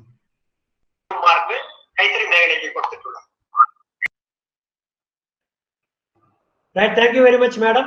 എന്റെ പേരും ഇമെയിൽ ഐഡിയും ഫോൺ നമ്പറൊക്കെ ഇതിൽ ഞാൻ ലാസ്റ്റ് സ്ലൈഡിൽ കൊടുത്തിട്ടുണ്ട്. Now you can ask me what are the questions you want to ask. Sir, ഒരു 4-5 ക്വസ്റ്റ്യൻസ് ഉണ്ട്. നമുക്ക് ടൈം ലിമിറ്റേഷൻ ആയ കാരണം ഞാൻ ഒരു 2-3 നിർത്താം സർ. വിജയൻ സർ ചോദിച്ചിരിക്കുന്നത്, what are the measures taken by the government to attract youngsters to handloom industry?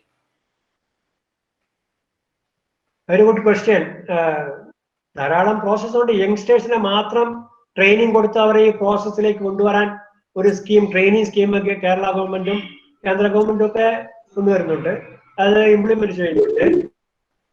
അവർക്ക് ലൂംസ് ആൻഡ് അതർ മെഷീൻസ് കൊടുക്കാനുള്ള സ്കീമുണ്ട്. പിന്നെ ഹാൻഡ്ലൂം ബിസിനസ് ഇൻക്യുബേറ്റർ ഇന്ത്യയിൽ ആദ്യമായി ഇംപ്ലിമെന്റ് ചെയ്തത് കേരള ഗവൺമെന്റ് ആണ്. അതിന്റെ അഡ്വൈസർ ആയിരുന്നു ഞാൻ. അപ്പൊ അത് ബാലരാപുരത്താണ് സെറ്റപ്പ് ചെയ്തിട്ടുള്ളത്. അപ്പൊ അത് ഈ ഹാൻഡ്ലൂമിന്റെ വരുന്ന സാങ്കേതികമായ പ്രശ്നങ്ങൾക്ക് ഒരു പരിഹാരമായാണ് ഈ ഹാൻഡ്ലൂം ബിസിനസ് ഇൻക്യുബേറ്റർ ഉള്ളത്. അപ്പൊ അവിടുത്തെ ഒരു നോൺ വീവർ, ഒരു അടിസ്ഥാനപരമായ വീവർ അല്ലാത്ത ആളിന് ആ ഇൻക്യുബേഷൻ സെന്ററിലേക്ക് വന്ന് തനിക്ക് ആഗ്രഹമുള്ള ഒരു പ്രോഡക്റ്റ് അവിടുത്തെ ആളുകളെയും സ്വന്തവുമായിട്ടൊക്കെ ചേർന്ന് ഉത്പാദിപ്പിച്ച് അതിന്റെ ട്രയൽ റൺ നടത്താനും മാർക്കറ്റ് ചെയ്യാനും എല്ലാം ഉള്ള സഹായ സഹകരണങ്ങൾ വളരെ പിന്നെ ചീപ്പായിട്ടുള്ള പിന്നെ പാക്കേജിൽ അവിടെ അവർ ചെയ്തു കൊടുക്കും. അവർക്ക് ആ പർട്ടിക്കുലർ ആളിന് അവിടെ നിന്ന് ട്രെയിനിങ് എടുക്കാം, നെയ്ത്തുകാരനാവാം, എന്നിട്ട് താൻ്റെ ഭാവനയിലുള്ള പ്രോഡക്റ്റ് ഉൽപ്പാദിപ്പിക്കുക, മാർക്കറ്റ് ചെയ്യുക. മാർക്കറ്റ് ചെയ്യാനുള്ള സപ്പോർട്ട് ഉണ്ട്. പിന്നെ കേരള ഗവൺമെന്റിന്റെ ഒരു സ്കീമുണ്ട്, യുവ വീവേഴ്സ് എന്ന് വെച്ചാൽ ട്രെയിനിങ് കൊടുത്തിട്ട് അവർക്ക് കൊടുത്തിട്ട് അവർ ഇതിലേക്ക് കൊണ്ടുവരിക, അവരെ കൈത്തറി സൊസൈറ്റിയിൽ മെമ്പർ ആക്കുക. ഇങ്ങനെയുള്ള പല സ്കീമുണ്ട്. Next. Sir, Kavya is asking, when comparing the innovations in powerloom sector, handloom sector have less innovative products. Is it because of the high risk of acceptability? Innovative products എന്ന് പറഞ്ഞാൽ പിന്നെ കൺസ്യൂമർ പ്രോഡക്ട്സ് ആണോ missionary ആണോ ഉദ്ദേശിക്കുന്നത്? Consumer products ആണ് sir. Consumer product വെച്ചാൽ അതൊരു പിന്നെ ഈ കൈത്തറി മേഖല പവർലൂമിൽ ഉത്പാദിപ്പിക്കുന്ന പ്രോഡക്റ്റുമായി കോമ്പീറ്റ് ചെയ്യാൻ പാടില്ല എന്നാണ് ഞാനും പറയുന്നത്. കാരണം ഞാൻ ഇപ്പം പറഞ്ഞല്ലോ, ഈ ഷട്ടിൽലെസ് ലൂംസ് അല്ലെങ്കിൽ air jet loom, water jet loom, projectile loom എന്നൊക്കെ പറയുന്ന ഒരു പിന്നെ ലൂമ് ഒരു ദിവസം 250 മുതൽ 500 മീറ്റർ വരെ ഉത്പാദിപ്പിക്കാൻ കഴിയും. അപ്പൊ അവർ ഉത്പാദിപ്പിക്കുന്ന സാധാരണ നമ്മുടെ യൂണിഫോമിലൊക്കെ, സ്കൂൾ യൂണിഫോം അല്ലെങ്കിൽ നമ്മുടെ ഓരോ പിന്നെ ട്രാൻസ്പോർട്ടിലെ ഡ്രൈവേഴ്സ് ഉപയോഗിക്കുന്ന യൂണിഫോം, അങ്ങനെ ഒരുപാട് തരത്തിലുള്ള യൂണിഫോം ക്ലാത്തുകൾ, പ്ലെയിൻ തുണികളാണ് അവർ ഉത്പാദിപ്പിക്കുന്നത്. അപ്പൊ അങ്ങനെ ഒരു തുണിയുമായി നമ്മളെ ആൾക്കാർ പോയി ഈ കൈത്തറി മേഖല കോമ്പീറ്റ് ചെയ്യുന്നതിൽ അർത്ഥമില്ല. അവർ ഇങ്ങോട്ട് വരാൻ പാടില്ല, ഇവർ അങ്ങോട്ടും പോകാൻ പാടില്ല. അതിന് അവരുടെ ഏരിയ വേറെ, നമ്മുടെ ഏരിയ വേറെ.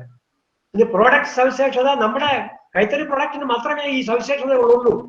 മറ്റേ കൈത്തറി മേഖലയുള്ള ഒരു സവിശേഷത, ഒരു സാരി വേണമെങ്കിലും നമുക്ക് ഉത്പാദിപ്പിക്കാൻ കഴിയും. ഒറ്റ സാരി 5.5-6 മീറ്റർ ഒരു പാവുണ്ടാക്കി അതിന് വേണ്ടിയുള്ള നൂല് ചായം മുക്കി ഒരു സാരി യുണീക്കായിട്ട് ഉണ്ടാക്കാൻ കഴിയും. പവർലൂമിൽ impossible to make one sari. അവിടെ എന്താണെന്ന് വെച്ചാൽ 500 മീറ്റർ, 1000 മീറ്റർ, 2000 മീറ്റർ പാവുണ്ടാക്കി എത്രയെങ്കിലും സാരികൾ ഒരേ സ്റ്റൈലിൽ ഉണ്ടാക്കിയാൽ മാത്രമേ അവർക്ക് എക്കോണമി ആവുള്ളൂ. നമ്മുടെ തിരിച്ചാണ്. ഇപ്പൊ നമ്മൾ അവരുമായി ഒരു കോമ്പറ്റീഷനെ ഇത് ഇല്ല. നമ്മുടേതായ പ്രൊഡക്ട്സ് ഉണ്ട്, ഒരുപാട് ഇന്നോവേഷൻസ് ഉണ്ട്. നമ്മൾ അതൊന്നും ഞാൻ കാണാത്ത ലോകം ഒരുപാടുണ്ട്. അപ്പൊ ഈ ചോദ്യം ചോദിച്ച അദ്ദേഹം ഒരുപക്ഷെ കൈത്തറി മേഖലയിലുള്ള പുതിയ പ്രൊഡക്റ്റ് കണ്ടിരിക്കില്ല. ഒരുപാട് പ്രൊഡക്റ്റ് ഉണ്ടെന്നാണ് എന്റെ അറിവ്. നെക്സ്റ്റ്. ശ്രീലക്ഷ്മി മാം ചോദിക്കണു, sir could you explain the initiative taken by handloom council to support the weavers during this pandemic situation?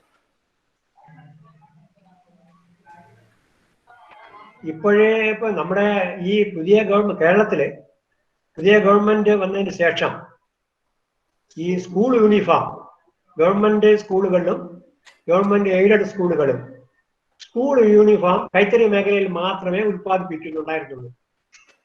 അപ്പൊ ഈ പിന്നെ കൈത്തറി മേഖലയിലെ ഈ തുണി